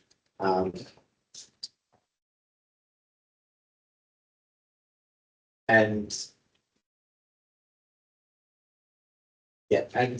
environmental water in general can support and maintain the balance. A lot of these areas have been modified. We've had invasive weeds and animals come in and outcompete native plants, and environmental water or flooding can play a role in resetting that balance, drowning out terrestrial weed species and enabling native vegetation to re-establish. But these floodplain environments can be significantly disturbed. And some of that also impacts on cultural values out there. We work closely with a range of different traditional owner groups who are involved in environmental water with North Central CMA, specifically with environmental water deliveries to floodplains, and some of the values out there that we've heard from them are medicinal plants, like cultural weaving plants, and then a number of cultural sites as well that are particularly important for traditional owners. And then there's also been a number of cultural heritage impacts over the years. Also, these floodplain forests, there's extensive cultural heritage because there's a high visitation forest with traditional owners, high occupancy. And there's a range of different impacts to whether it be scar trees or shell buildings. Yeah, it's important to environmental water can support the maintenance of some cultural heritage and scar trees. But it's extensive across the forest and very important for our traditional owners. And then we're going to move through now how North Central CMA manages environmental water. So our adaptive management approach to the planning, delivery, engagement, everything that comes into managing and delivering environmental water out on the floodplain and to our rivers and wetlands. And we're going to use Gumbour Forest as a case study. Gumbour Forest is 20,000 hectare forest, and it's between the Murray River, Gumbour Creek, between Tarabri and Coomera, as Ramsar listed. It's in the Directory of Important Wetlands Australia. It's a ecological hotspot, and it's an icon site under the Livery Murray program, which is a floodplain environmental watering program back in 2007. And there's infrastructure that's being built on the floodplain. So we've got a channel, we've got regulators, and with that infrastructure, we can water up to 4,500 hectares of the forest. It's predominantly river red gum forest with flood dependent understory, so understory vegetation that requires flooding to persist. And it is delivered by natural flow paths through the forest, filling up wetlands and spilling out to the floodplain. And the Livery Murray project, that aspect of Gumbour Forest, is situated between these two proposed VMFRP projects. So in between the Gumbour project, which is further upstream, and the Guthrie Benwell project that's further downstream. The forests are quite different, moving from top to bottom through the top of Gumbour through to Guthrie Benwell. The topography changes, the vegetation changes, but the approach to environmental water delivery and the operations at the site will be very similar, and it's something that we've fairly experienced with now. So in summary, we're just going to take you through our proposal to water, the engagement we undertake, the process we go through, how water gets allocated, some of the monitoring that we use to evaluate whether the environmental water is working at the site, and some of the compliance and delivery side of things as well. So there's a Victorian environmental water framework that guides the process. So it starts at the top with our regional waterway strategy, which identifies the priority waterways to work on. And then that flows down into our site-based environmental water management plans. So we have environmental water management plans for wetlands, for rivers, for forests in our catchment. And what they do is they set out the long-term objective for the site, a water regime, and they set targets as well. And then that cascades down into annual planning. So the overall objectives in the environmental water management plan flow down into annual seasonal watering proposal. So this is a proposal that North Central CMA writes, and what it outlines is the proposed watering actions under a range of different climatic scenarios, and to be able to achieve the objectives outlined in the environmental water management plan. North Central CMA seasonal watering proposal then flows down into the Victorian Environmental Water Holder, or the VU. They compile a statewide seasonal watering plan. So that takes all the priorities for all the different CMAs and water authorities and consolidates them into one statewide plan, and it works out, it does the resource allocation aspect of it as well. And then once that's approved from the Victorian Environmental Water Holder, North Central CMA is issued seasonal watering statements, and that authorises us to deliver environmental water. Just check the acronym EWMPs. Environmental Water Management Program. Yeah.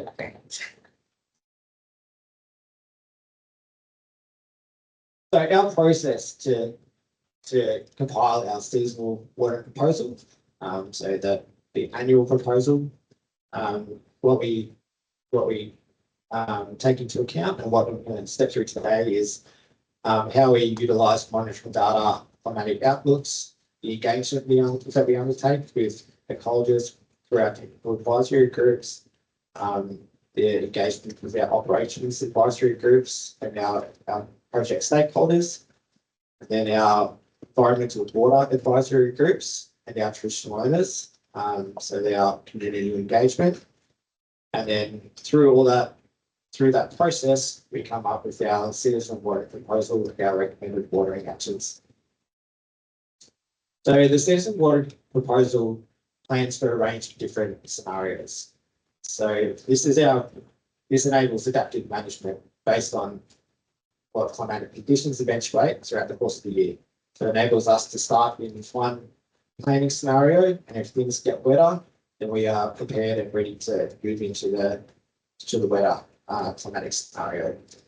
There's different aims and objectives under each of these scenarios, moving from extreme dry conditions, where it's about the aim is to protect, and then some examples of that might be focusing on drought refuge, so try and have some water in the landscape that can support, aquatic fauna, in a dry landscape. And we really looking to avoid catastrophic events. So trying to have refuge and personal protection. Under dry conditions, it's about trying to maintain, and if there's opportunities to enhance, that we look to undertake that. Under that scenario, dry conditions is normally some inflows to the forest, but largely just environmental water delivered to achieve that maintenance. Then moving through average and wetter scenarios where we start seeing some flows from the Murray River. And then the objective there is to maintaining and enhancing and improving. So we have set aims and objectives for these scenarios, and they guide our watering actions for each year. Look at climatic and water allocation, we're taking down a range of information. So things we're looking at the storage position, how much water is available, how it's tracking long term. We look at temperature and rainfall predictions. We only have, at the time of writing, those 3 month predictions, so we plan for the best available information at that time, and then we have our different climatic scenarios that enable us to adapt if things changed in the prevailing months. Then we factor in our seasonal determinations, so that's the percentage of the allocations that are available. So the environmental water holders and other private water holders are subject to the same percentage of allocations. And that's really important for us when we're looking to plan watering events, because if we start on low allocations to start the year, then we need to think about what watering is achievable until water becomes available later in the year. And then the other aspect we look at is modelling, so flow probability projections. And this modelling work can give us an understanding of what the likelihood of receiving higher river flows that deliver inflows into the forest, and under what scenarios that's likely, and therefore we can plan accordingly. Another step in the process is looking at the recommended water regime for different floodplain components, and then comparing that to what has been achieved over recent years to see how things are tracking. So we undertake this each year, where we compare the inundation frequency for different water regime classes. So water regime class is just a class of vegetation that has been categorised based on its water requirement. And we contrast that with what has been achieved through the delivery of environmental water and also through natural flows or unregulated flows in the system. And then we can work out how things are tracking and that can influence the priority of different watering actions. Some examples of different scale of watering actions that we deliver in Gumbiar Forest, the River Murray project.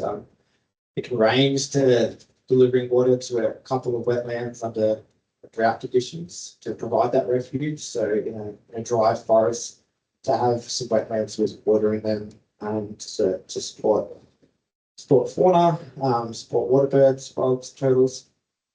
Moving up to a floodplain watering event, so that's delivering up to 4,500 hectares degradation area through the largest piece of River Murray infrastructure. And yeah, it's less than a quarter of the whole forest, but it's the largest degradation footprint that we deliver with environmental water. Predominantly all river red gum with flood dependent understory, so understory that requires flooding to persist and to survive. Then there's a hybrid operation as well, so that's when we have the Murray River come up, overbank flows or inflows into the forest. And then the aim of environmental water delivery is to maximise that opportunity to ensure that the forest receives the duration and that it requires, and also to maintain as much extent as we can. So as we spoke about previously, the way that floods occur in the system has changed. So where previously we may have had multiple peaks that deliver inflows into the forest across the course of months, we may only get one or two now, and environmental water can supplement and turn that opportunity into something that will benefit the forest through piggybacking on the back of unregulated flows. And then that area is around about 8,000 hectares that under a sort of 2023 style hybrid event. And then going into the large unregulated flooding, that's a whole different scale altogether. That's around 16,000 hectares of the 20,000 hectare forest. Something that can't be replicated with environmental water. It's still really key for the floodplain.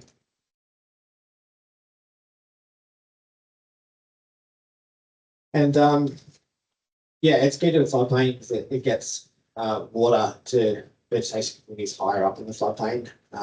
Gets water to all the river gum forest, and it also inundates some areas of black box forest. What we can see is that environmental water has a real influence over the areas that it can reach. And this is looking at percentage of healthy trees on the right through areas that receive environmental water, depicted in the blue green colour, and then trees that only receive unregulated flooding. I think that's right.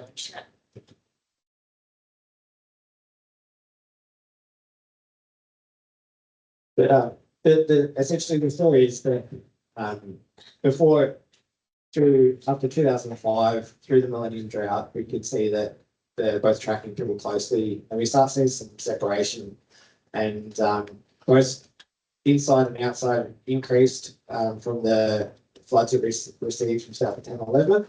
But then the influence of environmental water becomes clear, that we see it being able to maintain a higher percentage of healthy trees in subsequent years. It buffers out the effects of dry phases. And then we can see when we have large floods and what we received in 2022, we have a higher peak. So we have a high percentage of trees coming out of high flow events as well. And then that's evident in the image on the left as well. It's a quick panoramic shot between an area on the left that received environmental water last year and an area on the right that is the same vegetation type that didn't receive environmental water. It's just outside the area that we can target. And you can see the green in the understory, but you can also see how thick the canopies are on the left compared to the right. So our tree condition monitoring involves two components. It's tree health, so that's diameter at breast height. That's looking at how many dead branches and making an assessment of tree health. Then we also look at canopy condition as well. That's undertaken through remote imagery, enables us to look at canopy condition across the whole forest rather than just like trees. Enables us to see the difference between the areas, the canopies inside the flood footprint, the areas that can receive environmental water, and the areas that can't, that only receive unregulated flooding. And it's interesting, we can start seeing out there now that after the flood in 2022, we're starting to see trees with signs of stress on them 4 years after. So areas that didn't receive environmental water deliveries last year, that only rely on unregulated flooding, after 4 years since the 2022 floods, we've got trees that are losing leaves and displaying signs of stress. So it's clear in the data, and it's clear visually in the estimates on Mount Forest as well. And yeah, these are just some more small images contrasting sites that receive environmental water and natural flooding and unregulated flooding only. And that area, the understory is floodplain, is flood dependent understory, so it only expresses when floods occur and when there's water in the landscape. If that water isn't in the landscape and these plants aren't able to express and they aren't able to contribute to the seed bank, then we start to lose these plants from the system. And we also do a lot of wetland vegetation monitoring as well. So we have repeat transects across a number of wetlands. It's completed autumn each year annually. So is the tree monitoring, I forgot to mention. So this aims to look at the long-term condition of these ecological units and looking at wetlands. What we can see is a real clear trend from our monitoring results. So we have large floods they're really key to the system. They support trees, they support the floodplain, they get water to areas that we can't target with environmental water. But those large floods support trees, and then the small to medium floods are our wetland floods. So they're the ones that are the right depths and duration to support and promote wetland vegetation. Those are the ones that have been lost from the system. And what we can see is a real clear role that environmental water can play in between flood years. So we have just flood years are essentially disturbance events for wetland vegetation, and then environmental water plays a role of providing the right timing, magnitude, duration of flows to be able to recover these wetlands in between flood years. And that's the floodplain balance that under different conditions, there's different elements of floodplains that winners and losers. But from our data, we can see the green is where the indicators have been met, white is where they haven't been met, and then I've just put some boxes around the blue, the years where environmental water has been used to improve the wetlands and more of the indicators have been met. And then we have a flood come through that resets things, then environmental water be used to recover these wetlands again. And it's an ongoing phase. We also strategically dry out wetlands as well to reset them. So to aerate the soil, reset the standing stock of carbon on the floodplain and enable to give these wetlands the best chance to recover in between flood events. But we've got a real clear story now for 3 large floods and subsequent environmental water deliveries. We can really see the role that environmental water plays in returning the small to medium sized flood events and the influence they will have on wetlands. We also undertake understory vegetation, so monitoring. So in the images on the top right, we've got an area in February 2025 before environmental water was delivered, and then we've got it after in January 2026. This is perennial understory, so it requires water every few years. Otherwise, it starts to die off, and we start to see that area contract. And then in our monitoring results, we can see that the coloured in bars are when indicators are being met, and the U is unregulated flooding, the E is when environmental water is being delivered. You can see that the driver of understory house across the whole forest, because this is across the whole forest. It really does still rely on natural flooding or unregulated flooding to drive health. The resolutions, the number of species, the cover, the percentage of cover. But you can see environmental water's role in maintaining in between those events. So you can see between the mouse. The difference is so, for example, in 2019, environmental water this is inside in the flood dependent area, so where environmental water is delivered, and this is the area that's higher up in the floodplain, the flood tolerant, where environmental water isn't delivered. But that difference there between almost meeting the indicators in the river red gum area with flood dependent understory through the delivery of environmental water, and then a decline in the area outside the environmental water footprint. That's the maintenance in between flood events. So similar for trees, it's the same for understory, that it's maintenance and building resilience in between these flood events. So it means that these areas are able to survive drier times, or a better place to survive drier times. There's increased resilience in the landscape. But they're also a better place to capitalise on better conditions when they occur, when these floods return to the forest. We just also do a lot of fish monitoring. We undertake this in autumn each year as well. On the floodplain, the fish individuals are highly variable because we've got wetlands that are wetting and drying at different times. When wetlands dry, it resets the population. And we could see that with the graph on the top right. The light blue is the wetland habitats through our Gumbar Living Murray monitoring. You can see how variable it is, and it goes up and down based on the wetting and drying regime. Our objectives for fish monitoring on the floodplain are to identify threatened species in particular. And there's been a lot of work that's occurred to reintroduce some fish species out to Gumbar Forest. And there's also been a reintroduction program to Cummins Creek, which is within the VMFRP project area. And we're starting to see some positive results for these small-bodied fish reintroductions, and our monitoring focus around them on the floodplain to identify if they're existing, if they're breeding. But then overall, we've done a lot of different fish monitoring projects over the years to try and answer specific questions. We've done a lot of fish tagging, so inserting acoustic tags into fish, deploying receivers that when fish move past the receivers, it logs their movement, trying to identify where fish move on the floodplain, the entry and exit points under high natural flows.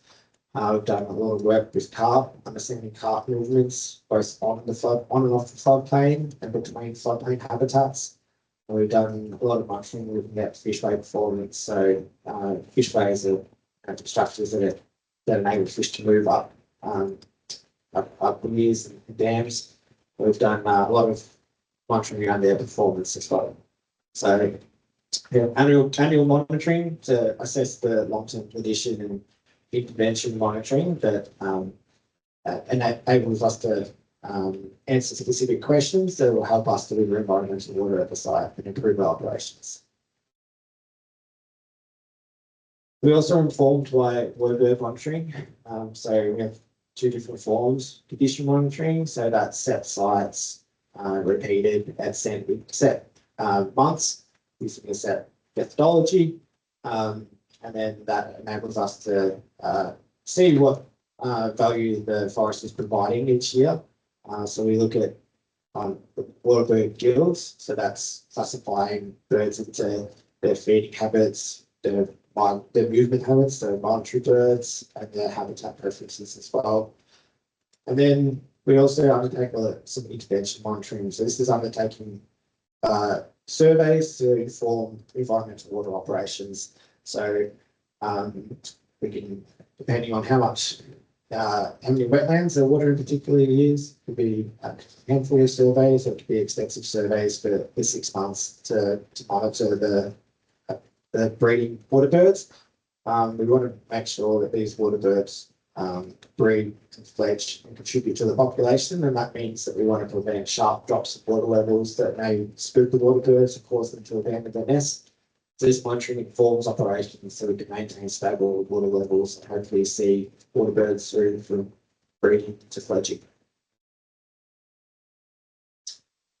We've got a long history of delivering environmental water at Gunbower. So going back, going back to 2000 and roughly 2005 and delivering through large infrastructure since 2013. And through this work, this gives you a bit of a snapshot of our delivery over time, and this assessment, these grades relate to how many of the watering objectives were able to be achieved in a given year. So it's proportional to the scale of watering that you're undertaking. But essentially we can see that since we started delivering environmental water, we've seen a number of our watering objectives being delivered each year, so on the right. And we're obviously at diversity of climatic conditions and heat waves and floods and all that sort of thing. But in terms of our actual operations and our delivery and what we set out to deliver and achieve, we've got a good track record of delivering that, and haven't been so fortunate over Pudra Paracuda, so at the other side of the river. So the Gunbower and Pudra Paracuda are very similar forests. They're part of the same River Murray Icon site, and they've had some issues with their infrastructure, not able to deliver environmental water as frequently as they'd like to. And we can see the contrast between our side and how many years we've been able to deliver environmental water and achieve great outcomes for the floodplain.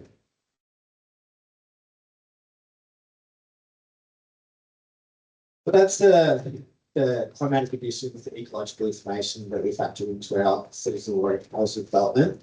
And now looking at some of the engagement that we undertake. So we've got 6 traditional owner groups that of which we engage with for citizen water proposal development each year. So there's a whole different range of forms of engagement depending on their capacity and it's a self-determined method of engagement for them. We've got joint management approach with Jarjarong for the Colvin River, which is the first time that's been delivered across the state, and that was this recent process for 26 to 27 seasonal water proposals. And then different traditional owner groups have different preferences, whether it's having direct input into the seasonal water proposal, developing some topical water objectives, or whether it's just review and endorsement. But there's a significant amount of engagement that's undertaken for development or proposal in February each year. But throughout the year, there's a number of opportunities for ongoing discussions out on country. We often go out and with traditional owners and revisit some of the sites and evaluate whether their cultural objectives were met from a specific watering.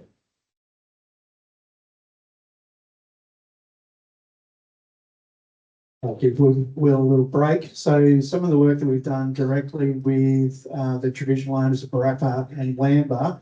So this is actually, it's a quote, actually walk beside us, don't walk in front of us, don't walk behind us. Was some of the feedback we got. So for Gutton and Benmore Forest, really being able to build that understanding, shared values and aspirations with Barappa and Lamba, and those values and rights that we've been working through with Yorta Yorta. So that collaboration that we've been able to achieve, really strengthening our understanding of those cultural and ecological outcomes, as well as developing our cultural heritage management plans. So that work that we've been able to do with them has really provided us with an excellent understanding of what their priorities are on that land and on those floodplains in the short to medium and the longer term, building their capacity as well to be involved in the environmental watering in years to come, and building their involvement also as we would plan to have them involved in the construction components of the project as well.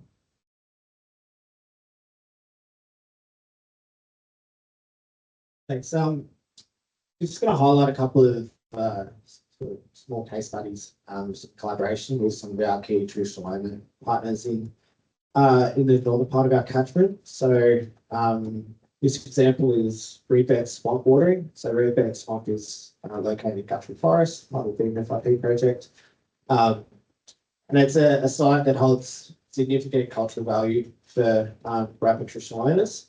And it's been a long journey to get to the point where we're able to deliver environmental water to the site.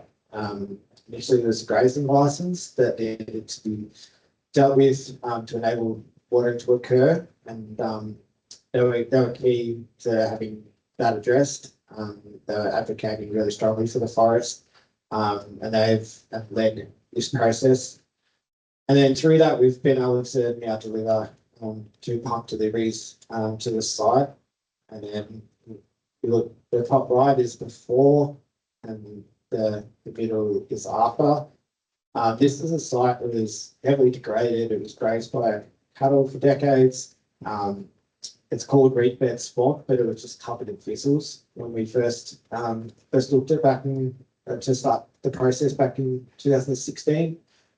And it's been really, really surprising to see how resilient wetlands can be and how they can bounce back. We've got a number of aquatic plants, dragon plants, river salt wallaby grass, which is the Environmental Protection Biodiversity Conservation Act listed species there. And to see what it was before to what it is now, it was a really great case study in collaboration. And now we're moving into the next phase to try and start returning reeds to Reedbed Swamp and trying to restore what it historically would have looked like, with previous generations of proper traditional owners used to go out hunting in the forest. And we're also looking to support Australasian bidden, which is a key threatened species at that site. So it's a great case study in collaboration, but it also shows the resilience of these wetlands and how quickly and positively they can bounce back once environmental water is reintroduced to the landscape. And then we've also been collaborating with Your Yorta Nation Aboriginal Corporation to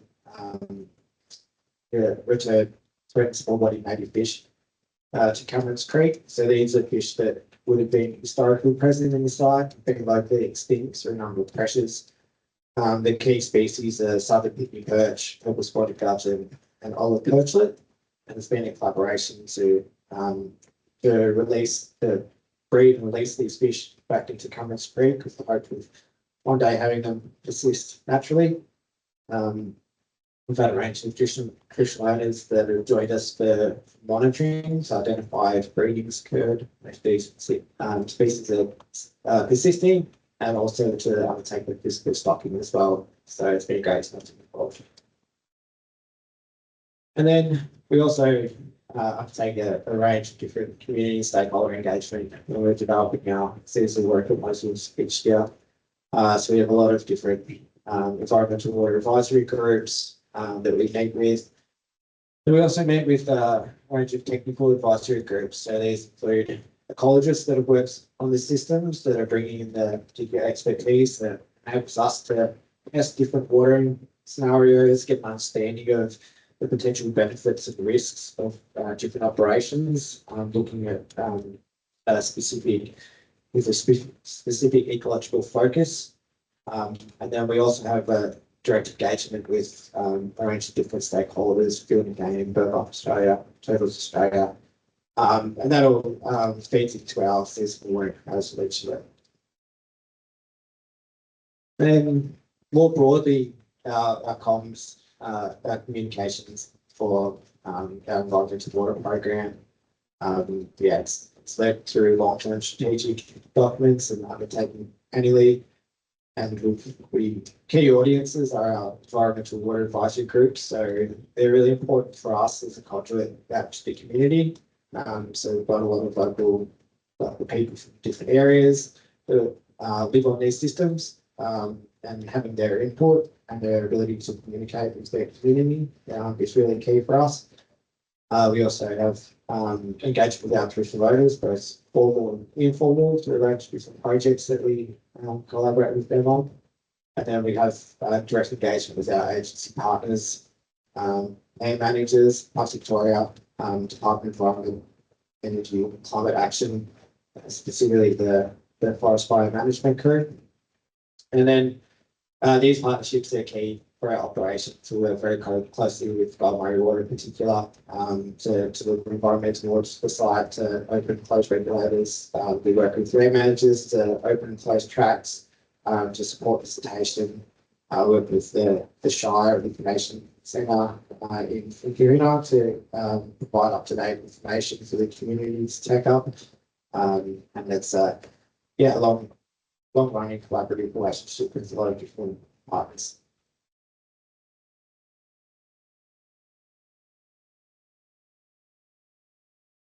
Well, thanks very much, Will. This is our very last slide.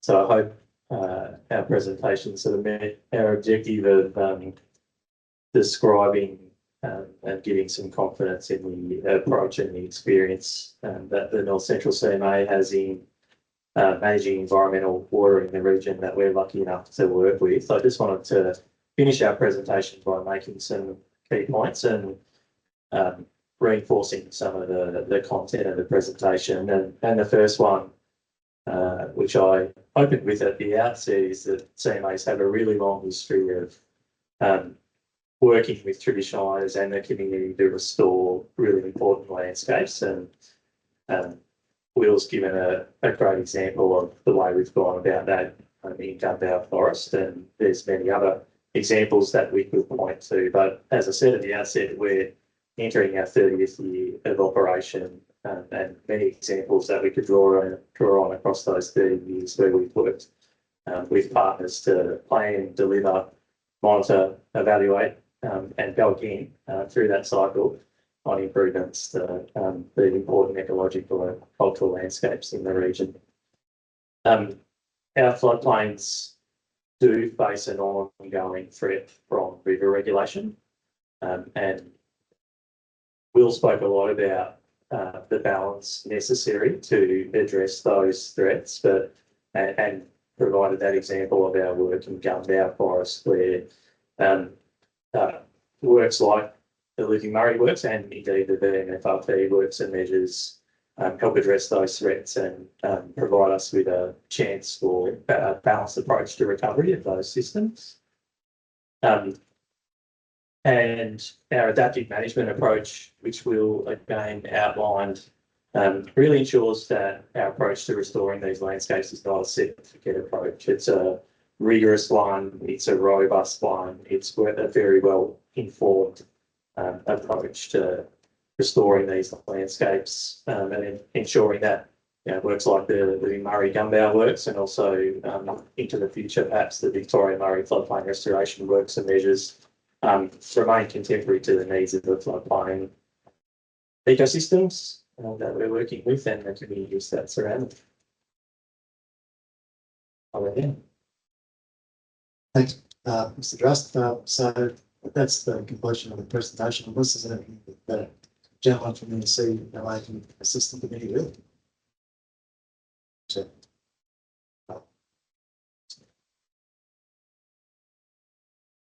I don't think we have any questions. I think the presentation was very clear, and the site visit over the last couple of days has also assisted to bring it together. So thanks for your time. thank you, Joe.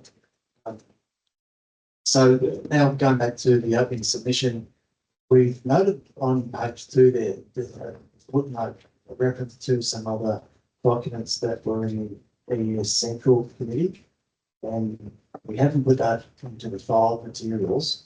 The reason for that is that those documents, so for example, footnote 4A, TD 114, TD 114 is a reference to a document in the other hearing. Those websites are still live, so we can provide them to the committee. In this hearing, it's brought upon, but if the committee is interested in going to look at those documents, they can be found on the website. But often indicated we can dig them out and file them in this proceeding if you don't. And there's other documents along the way. You'll see footnotes that are referencing what was in the Central Committee, but those the numbering will use their most records to the central committee websites. Then from there, if I could invite the committee just to scroll over a few pages, that's where we map out the shape of the case and the various days, and I won't spend any further time on that. It goes through days 5, 6, 7, through days 8 and 9, and then on day 10, where we present our part C submission, paragraph 16, and it's at page 5 there that we come to some introductory remarks. And in the written submission, you've seen that we've focused on 5 central themes, which were effectively similar themes that were addressed in the central roundtable processes and the hearing process was central. And we distilled them down into 5 central themes. We've said to address you here in our part, opening. But the first one is that theme 1, given the historical analysis, the water policy context, and the broader strategic context, the default assumption must be that the opportunity for environmental revenue of the Gunbower, Buckingham and Benmore forests floodplains is beneficial to the environment, and that at the very least it's an acceptable outcome supported by policy. Now, as a consequence of the altered hydrology that's resulted from river regulation, which is predicted to worsen with drier prevailing climatic conditions, the Gunbower and Buckingham and Benmore forest floodplains are in an acknowledged state of ecological decline. And you can see there with the footnotes, the styling we've used there, we've just picked up key parts from the environment report or in the part A, whether it's the page those and don't propose to take you to those source documents. And in summary, our case is that the do nothing approach is just not an option. Action needs to be taken to address that decline. And the projects that have been put forward are proposed to address the acknowledged state of ecological decline. They represent measures to address risks of serious and irreversible harm, and their benefits and their potential impacts must be understood in that context. Now, if I can just step outside the written submission and reflect upon a point during the site inspection where we went to those stag trees. Those stag trees estimated to be, I'll just conservatively say, over 500 years old. One can imagine that in the context of the exercise we're doing here and providing future generations, it's not the next 10, 20, 30 years, it's future generations. It's generations that will follow us in another 2, 3, 4, 500 years. And that stag tree that we stood around, I would hope lives another similar period of time. But the next generation of stag tree is in that forest today, but is in need of care and nurturing. And the projects like this at their heart are really about providing for a plantation of trees and other forms similar to it into future generations. And so that 22 there, we set out that we submit it's important to consider the broad consequences of the project's environmental benefits. Now, I've focused on a particular tree by way of an example for future generations, but the things that fly past the tree, the things that live near the tree, the fish that swim up and down the river, through the floodplains, and the various other creatures and critters and flora that accompanies a forest like this.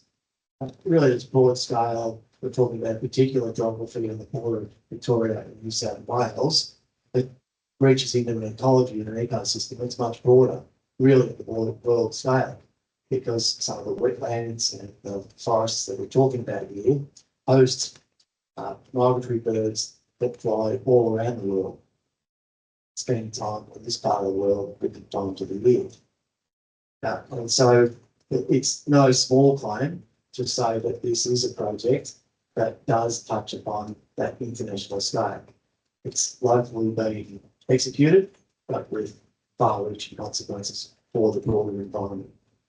So in a direct sense, they represent improvements to the biodiversity and habitat of the floodplains, but also lead to the realisation of cultural values and aspirations premised on healthy country and involvement of traditional owners and caring for it.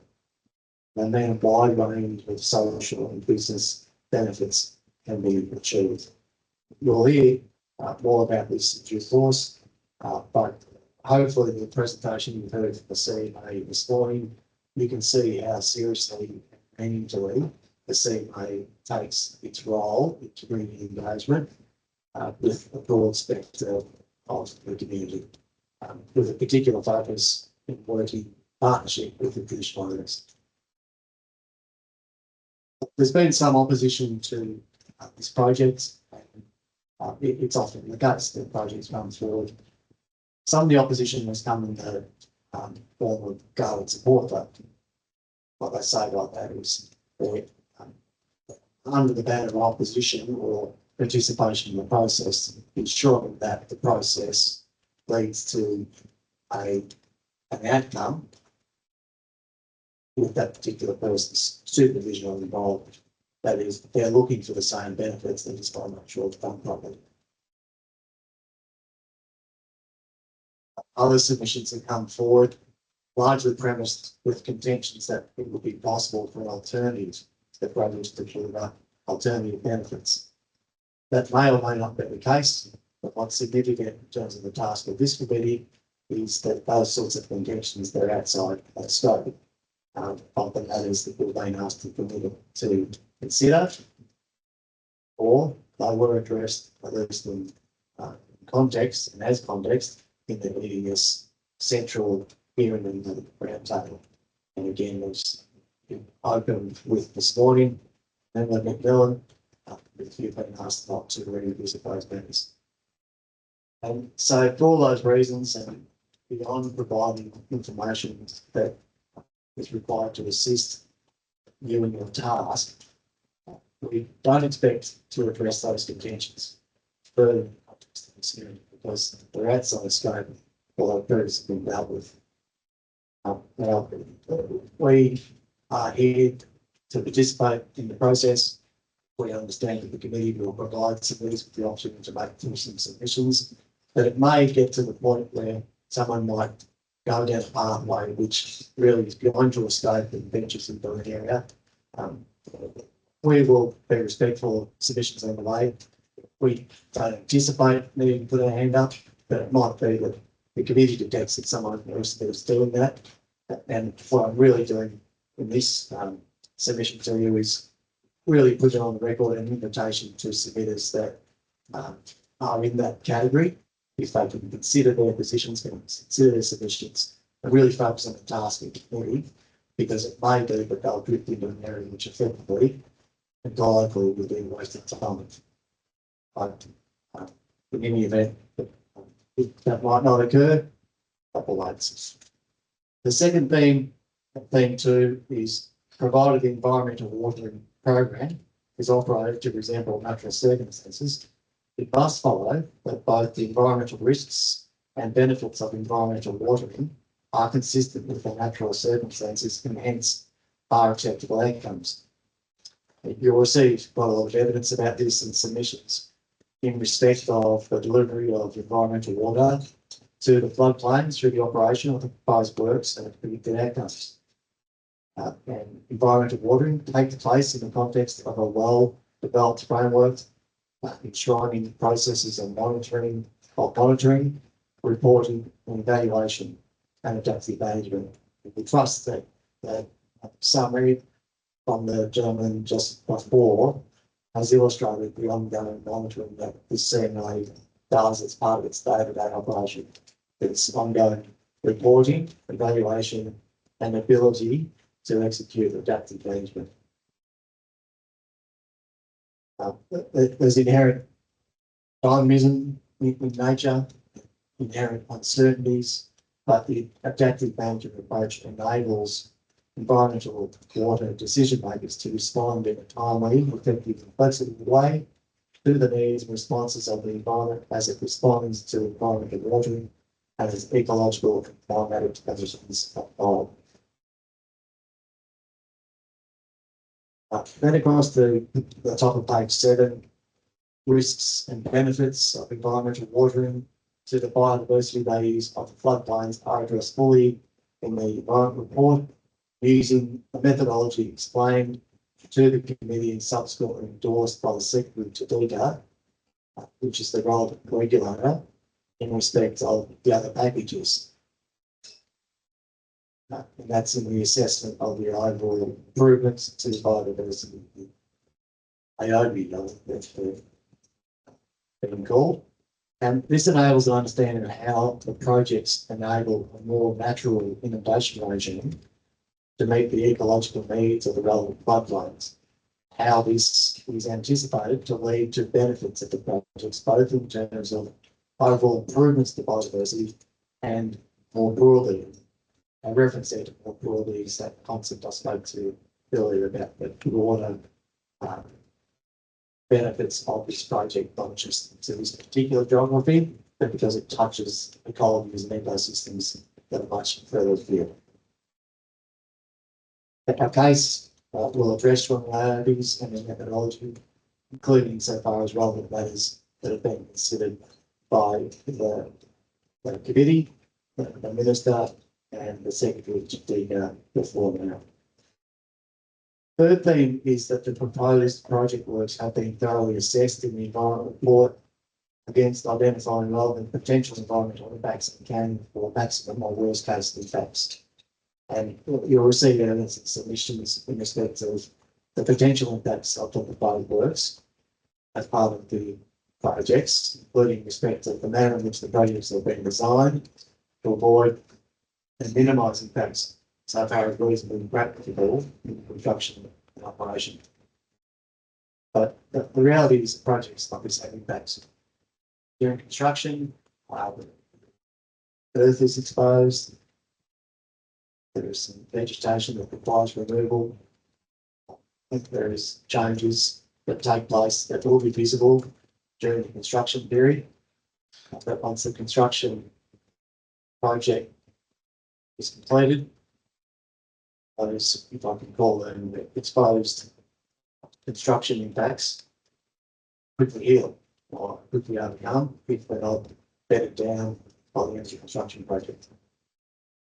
One example of that is that at one point we stopped on a bridge, and you might recall Mr. Miller made reference to the road aggregate that had been put on the ground by, I think it was Parks Victoria. I was with Mr. McMillan in the same spot, I think it was 3, maybe 4 weeks ago, when they were literally doing it.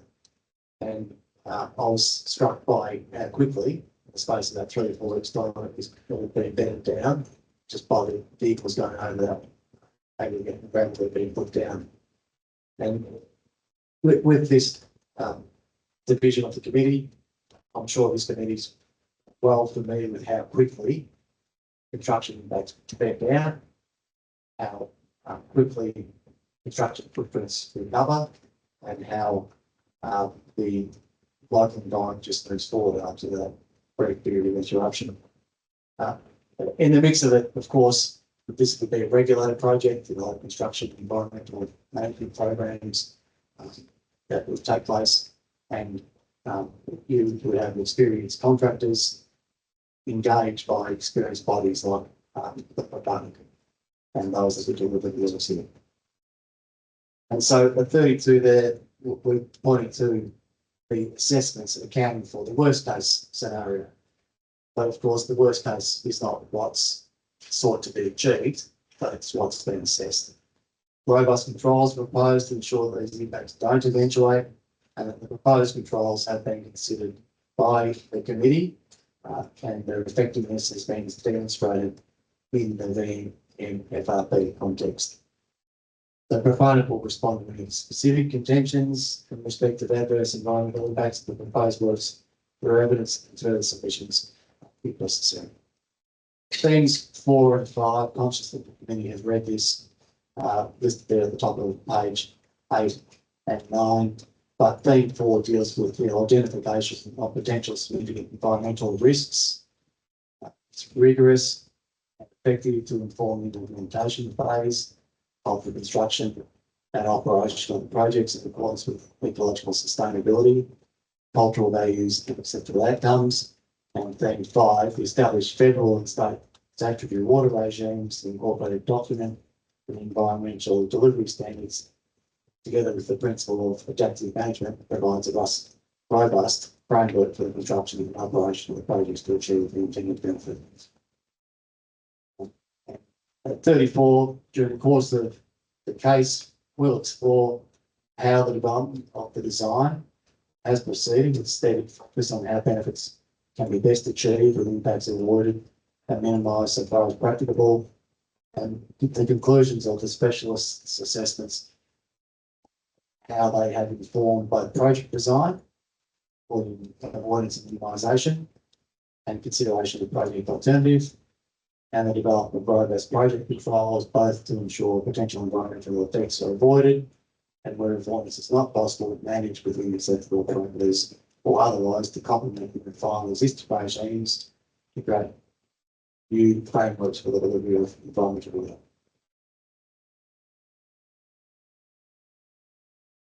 35 will address specific benefits and impacts whilst maintaining a holistic focus on all intended project benefits. At 36, we'll seek to ensure that the controls are explained. There might be particular points I expect during the evidence where a witness might be asked about a particular control, a particular focus, or something in the EDS. One of the virtues of this process is that it does enable some refinement of the EDS, but fortunately, we are in a situation where during the course of the wider projects, the EDS has been through a couple of iterations of refinement already. Our client is quite confident that the form of the EDS, if there is further work to be done, if we only need a light touch, but it might be that things come out during the course of the hearing that do need a little bit more surgery done to the EDS, but when the process is capable of encouraging that. We'll come back to that a little bit later on in this opening because we've done some minor changes to EMF and incorporated document in the data package. In terms of the scope of the ER, we focus on that at page 9, paragraph 37, and it's being prepared in accordance with the scope of the referrals and the Environment Effects Act. And the committee would be aware that the minister decided that there would be no EES required for the projects, subject to compliance with certain conditions, and relatively here that was the preparation of an environment report, examining and documenting specific matters in respect of the project. And the conditions are then set out at 38 and based upon your opening this morning, Member McMillan, the committee is well aware of what was required. And so we've listed those matters in through there with a few footnotes that points the particular wording of the commission, and also control if anyone is looking for them. The minister's decision for Gunbower and Gunwell, Guthrum and Benwell are listed there as well. Then across to page 10 at 39, the minister published reasons for each of the decisions, and they recall that they were made on the basis of the minister's view that similar but distinct uncertainties existed for each of the projects. Across the page, then the uncertainties were listed in paragraph 40, and again, and we touched upon this in your opening this morning. So I propose to read through those. At 41, in respect of both the projects, the minister's conclusions are set out there in italics at the bullet points 1 and 2. And across to 42, the minister's conditions identified all the matters the environment report was required to address, identified potentially significant effects and provided uncertainties.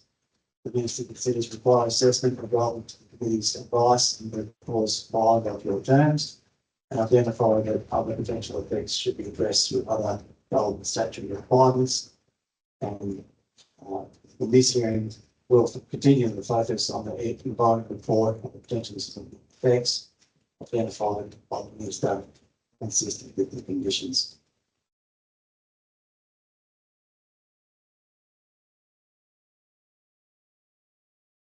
Then in terms of our position, we set that out there at section C on page 12. In relation to the key 26, we pick it up by reference to your letter from the 20th of May, and that's document 3, where you provided a high-level summary of key issues identified in your preliminary review of the environmental report and submissions to be explored at the hearing, and the identified issues are addressed in turn below. The first, biodiversity. I won't read what the issue is, but it's presented in italics, and this was identified in DTP's letter the 13th of March 26, referring the projects to you for your advice. The existing hydrological regime is the product of intensive historical current regulation of the Murray River and associated waterways. The project would not alter the pre-regulation hydrology. They would enable inundation of floodplains to be better aligned with it. To the extent that the operation of projects would involve alteration to the existing hydrology of the floodplains, this is beneficial in our submission. And that submission is also supported by evidence. The assessments of the impacts and benefits in the AOBs demonstrate the extent to which floodplain species and communities are expected to benefit, and that this is expected to very substantially outweigh the impacts. The projects also support realignment of species with appropriate ecological conditions, referred to in evidence and previous packages considered by the committee as reversal of terrestrialisation. You heard Mr. McMillan deal with this yesterday. Sorry, Mr. Shanahan, my apologies. Just a message pop on the screen which has confused me, so sorry, Mr. Shanahan. That concept of terrestrialisation, that over time that certain species can venture into a space where historically it hasn't been, terrestrialises that space. So this too is probably considered as a benefit of the projects. Now you've heard the focus of various things. If I just focus on the 3 species of trees at the moment, that's not the only focus of this project, but there's 2 types of box and river red gums. And yesterday I went to various parts of the forest where we're driving along and I've caught you by surprise. Why the river red gum here? But the answer to that was explained during the tour, that the way that the floodplains are working through here, that there's an element of terrestrialisation that's taken place by some of the box areas, but that underlying heartbeat of the river red gums permeates through those areas of the forest. And so that's a large focus of the project, so as to ensure that those river red gums get the watering that they're looking for, but also has the corollary benefits of assisting the boxes on the with the rhythm of watering that they too are looking for in a way that the authorities can control. Putting aside, just Mr. Shanahan saying, not a natural flooding event, but if I use that expression, you know what I mean.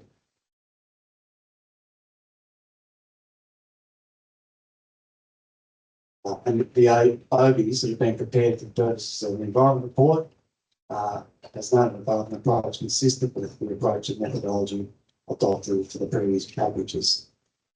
The AOB is prepared for Hatter Lakes, Naya, and the VMFRP projects on the same basis and using the same methodology, and now used for the AOBs in this project.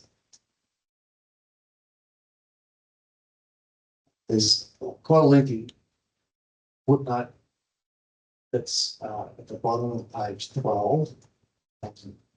Without reading it, we went into that length because in summary what it's saying there is that the AOBs were accepted by the Secretary, DECA, in relation to the demonstrations for Hatter Lakes, Naya, and the VMFRP projects, as providing for an overall improvement of biodiversity. And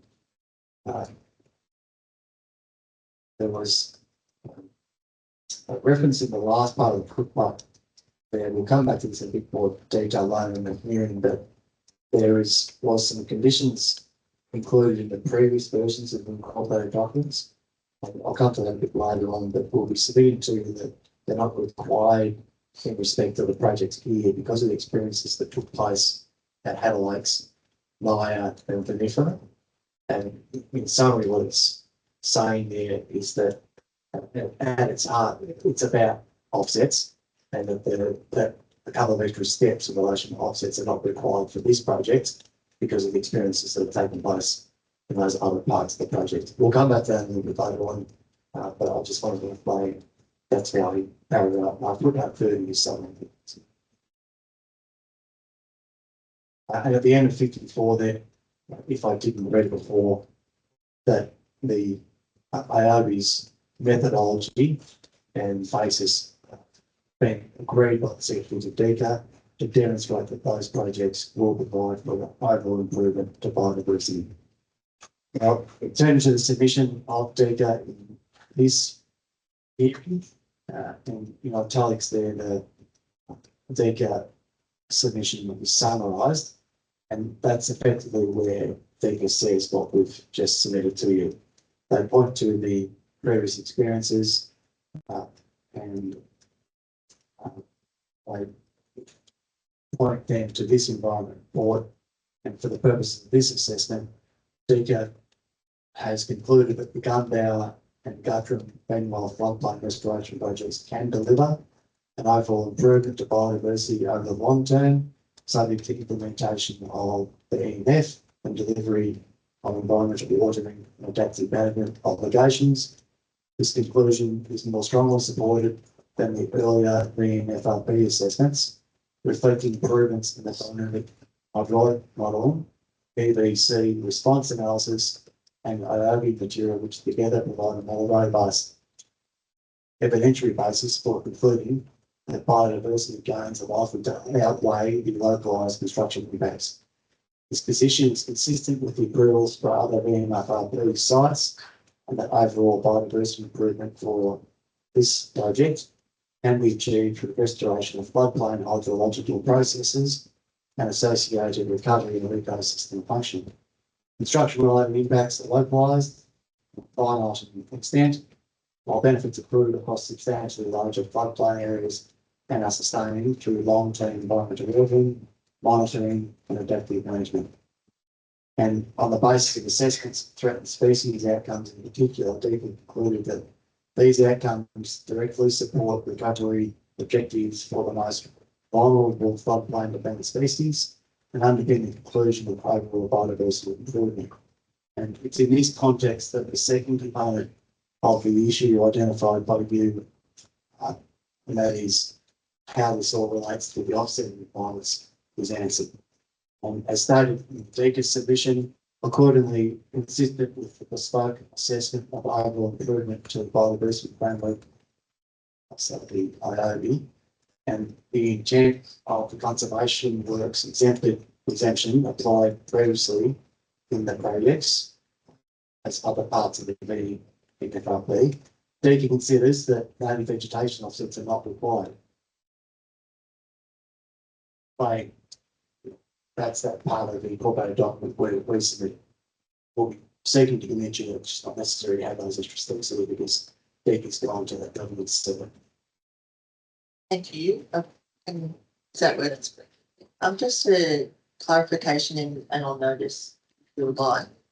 Does that also cover off on the Commonwealth offsets?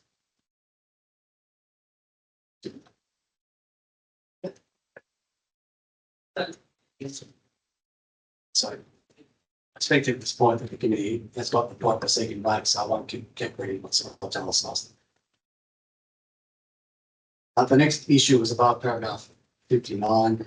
The issue that you identified was short-term impacts on hollow-dependent fauna.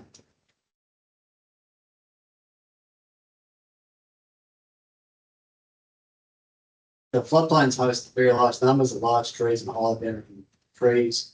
As Ms. Jolly and Mr. Holmes explained, hollows are created and lost in natural cycles, including as trees die and fall over time. Now, constructions of the project will necessarily impact some trees, given their location and density on the floodplain, but consistent with Mr. Holmes' evidence, this will result in localised impact and not consistently likely to cause measurable impacts at a population level. This is one area where we'll be seeking some variations to the framework. Deakin proposes some requirement for high replacement plan, and our client doesn't consider that such a requirement is appropriate. The reason for that will be explained by Mr. Holmes, but you know, if I could say, locally or in summary form, we anticipate Mr. Holmes is that they do more harm than good. But he'll explain that. We'll come back to that in course. The next issue related to agriculture and aquaculture, and the issue was about impacts on those two topics. And the scope set by the Minister for the Environment Report does not require the assessment of impacts on agriculture or aquaculture, other than as relevant to the assessment of potential cumulative effects of the project and other VMFRP projects and other existing or planned projects in the area, particularly in relation to downstream aquatic environments and beneficial water uses. So accordingly, the report does not include an agricultural or agricultural impact assessment. Our client acknowledges that issues relevant to agriculture and aquaculture are raised in submissions. We note that the projects have provided or continued water supply to the diverters, and that the projects do not otherwise provide for alteration to the management or flow of the river outside of floodplain. So impacts on downstream aquatic environments and beneficial uses will be addressed in other evidence, but we'll be inviting you to conclude that in each respect, the effects of the projects are acceptable.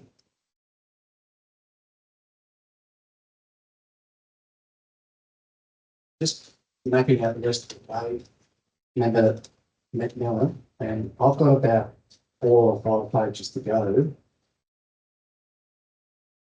As I look at it, it might be that the committee's got some questions about the day one documents, but when I got to the day one documents, again, I was conscious the committees probably had a look to see them, but if I can characterise the day one, there's not much by way of change. So that if I was to do it, wouldn't be a lengthy exercise. Just really lazy drop. Maybe just keep pressing on with a view that we could free up the afternoon potentially with a bit of intrusion into the scheduled lunch break.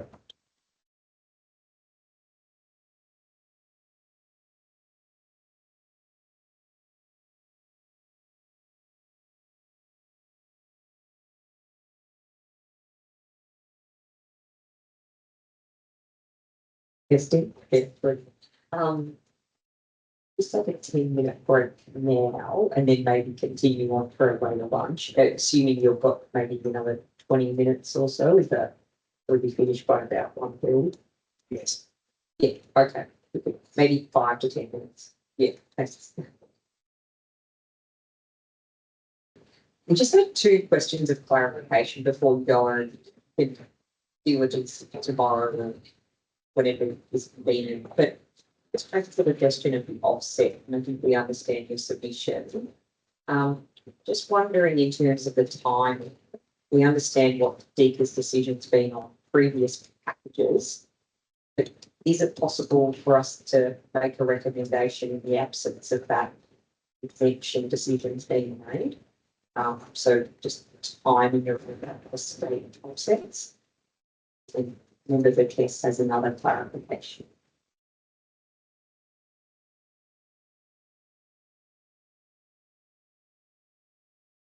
Yes, okay. My clarification is just to be clear on what we're talking about when we say pre-regulation. I understood the other day when we were out on the tour for Mr. Shanahan that we were talking about prior to what I might call human intervention. Whereas when we look at the terms of reference, it refers to pre-regulation, and then there's a section in brackets that talks about i.e. prior to the project. And I understood from your paragraph, I think it was 49, that you were referring to it in the same way as the terms of reference. And I just wanted to be clear what we're meaning by pre-regulation, so as we're all on the same page. Yeah, yes, and when we talk about natural as well.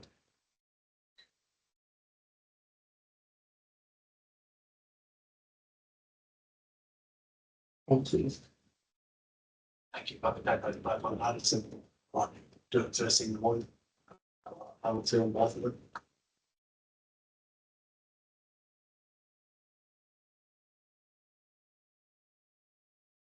First one, might take us a bit longer, but we'll come back to it. Right, so I think I was,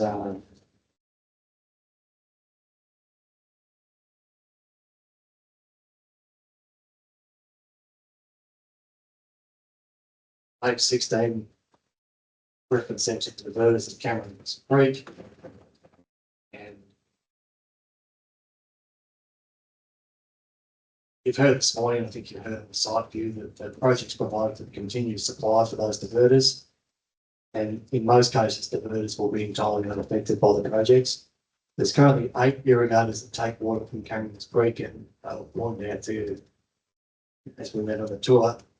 The Gunbow project includes a pump station and pipeline, the Cameron's Creek pipeline, to provide secure water supply to those irrigators, whilst enabling the decommissioning of their offtake points and a more natural management of Cameron's Creek to avoid silting and to realise a range of benefits. And the operation of the pipeline to enable delivery of water to irrigators, and the costs of water are outside the scope of your considerations and processes.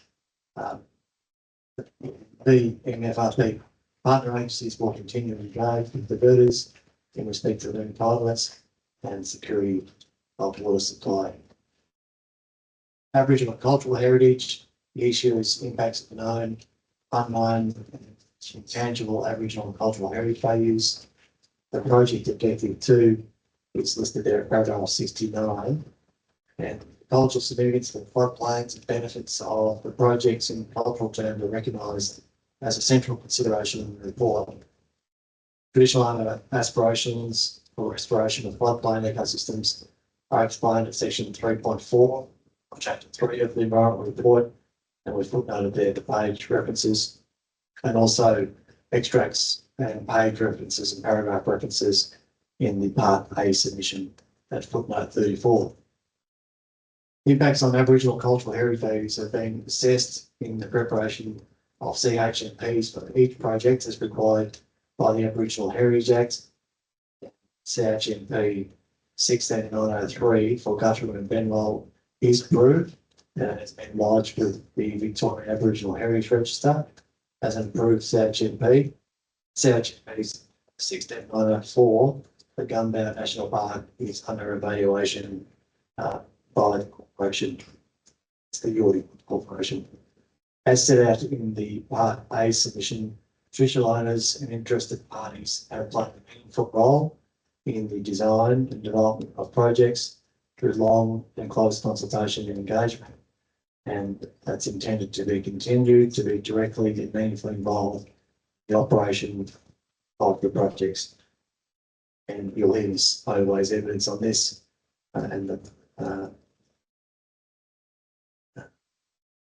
you've heard through the introductory presentation today and the submissions the importance of this consideration to the proponent and the CMA, but as set out in document 12, the North Central CMA has provided those invitations to those bodies and corporations, contacted relevant individuals by telephone, and as in previous packages, the proponent will continue in the position that it acknowledges that there are a range of views, values and aspirations of traditional owners and interested parties are appropriately identified. 78, we refer to the table summarising the issues. We'll address submissions made in the course of the hearing in our Part B main submission. And at 80, we've set out our position on the issue raised in the evidence. At 81, the evidence of Dr. Pardew, of this piece. We have a paragraph there, 89, as it's relevant to the Gunbow project. It would seem, if one reads Dr. Pardew's evidence, it's fundamentally consistent with the objectives and expected benefits for the project, noting that the VMFRP commitment to engagement with traditional owners and interested parties consistent with the principles set out above, involvement with traditional owners and interested parties in the design, construction and operation of the project, the CMA's long-standing and genuine engagement with relevant people and groups, and the methodology and findings in specialist assessment F, Aboriginal cultural heritage, and New South Wales evidence in respect of it and other relevant processes. And in terms of the documents filed and relied upon, the core of our case is the environment report. And in addition to Part A, we've also filed the witness statements, the table that summarises the issues raised in submissions, various technical notes, and we've given the committee's numbering for those, 17 through 19, for the proposed infrastructure within 50 metres of the bank of the river, the Huddle Lakes North Floodplain Restoration Project case study, number 20, the Living Murray Icon Site 2, Gunbow Forest 21. And again, we've had an assumption that the committee's had the opportunity to review those documents, and we won't spend time today going through them. Then maps in response to the information that was required by the committee, and the day one versions of the incorporated document, EMF, EDS, and monitoring requirements within the submission. And Mr. Forrester in position, perhaps if you can just show up the incorporated document, Mr. Forrester, just so we can show stylistically what we've done.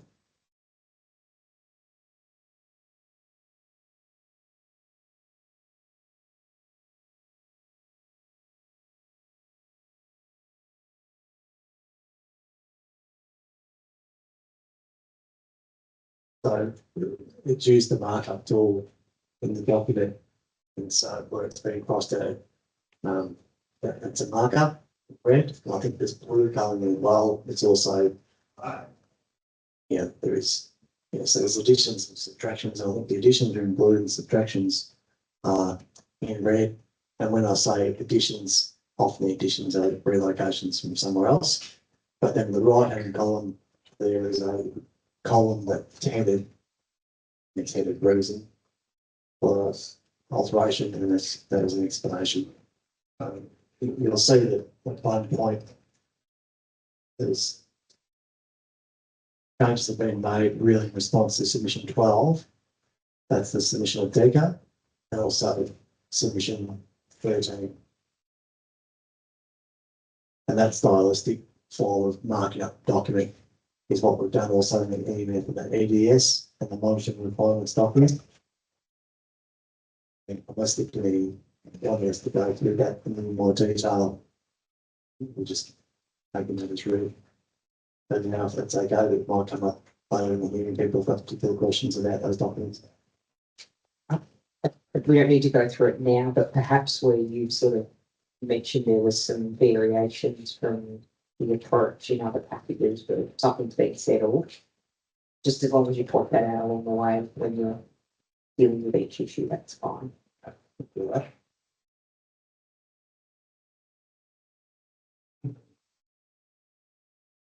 So that really brings us to the end of our lightning. And unless there's anything else we can assist the committee with, we're conscious of the questions that have been raised with us. We'll take notes of those and we'll come back to the committee.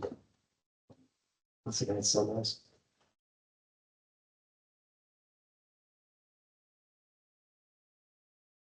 Okay, you don't have any other questions. Put the questions on notice.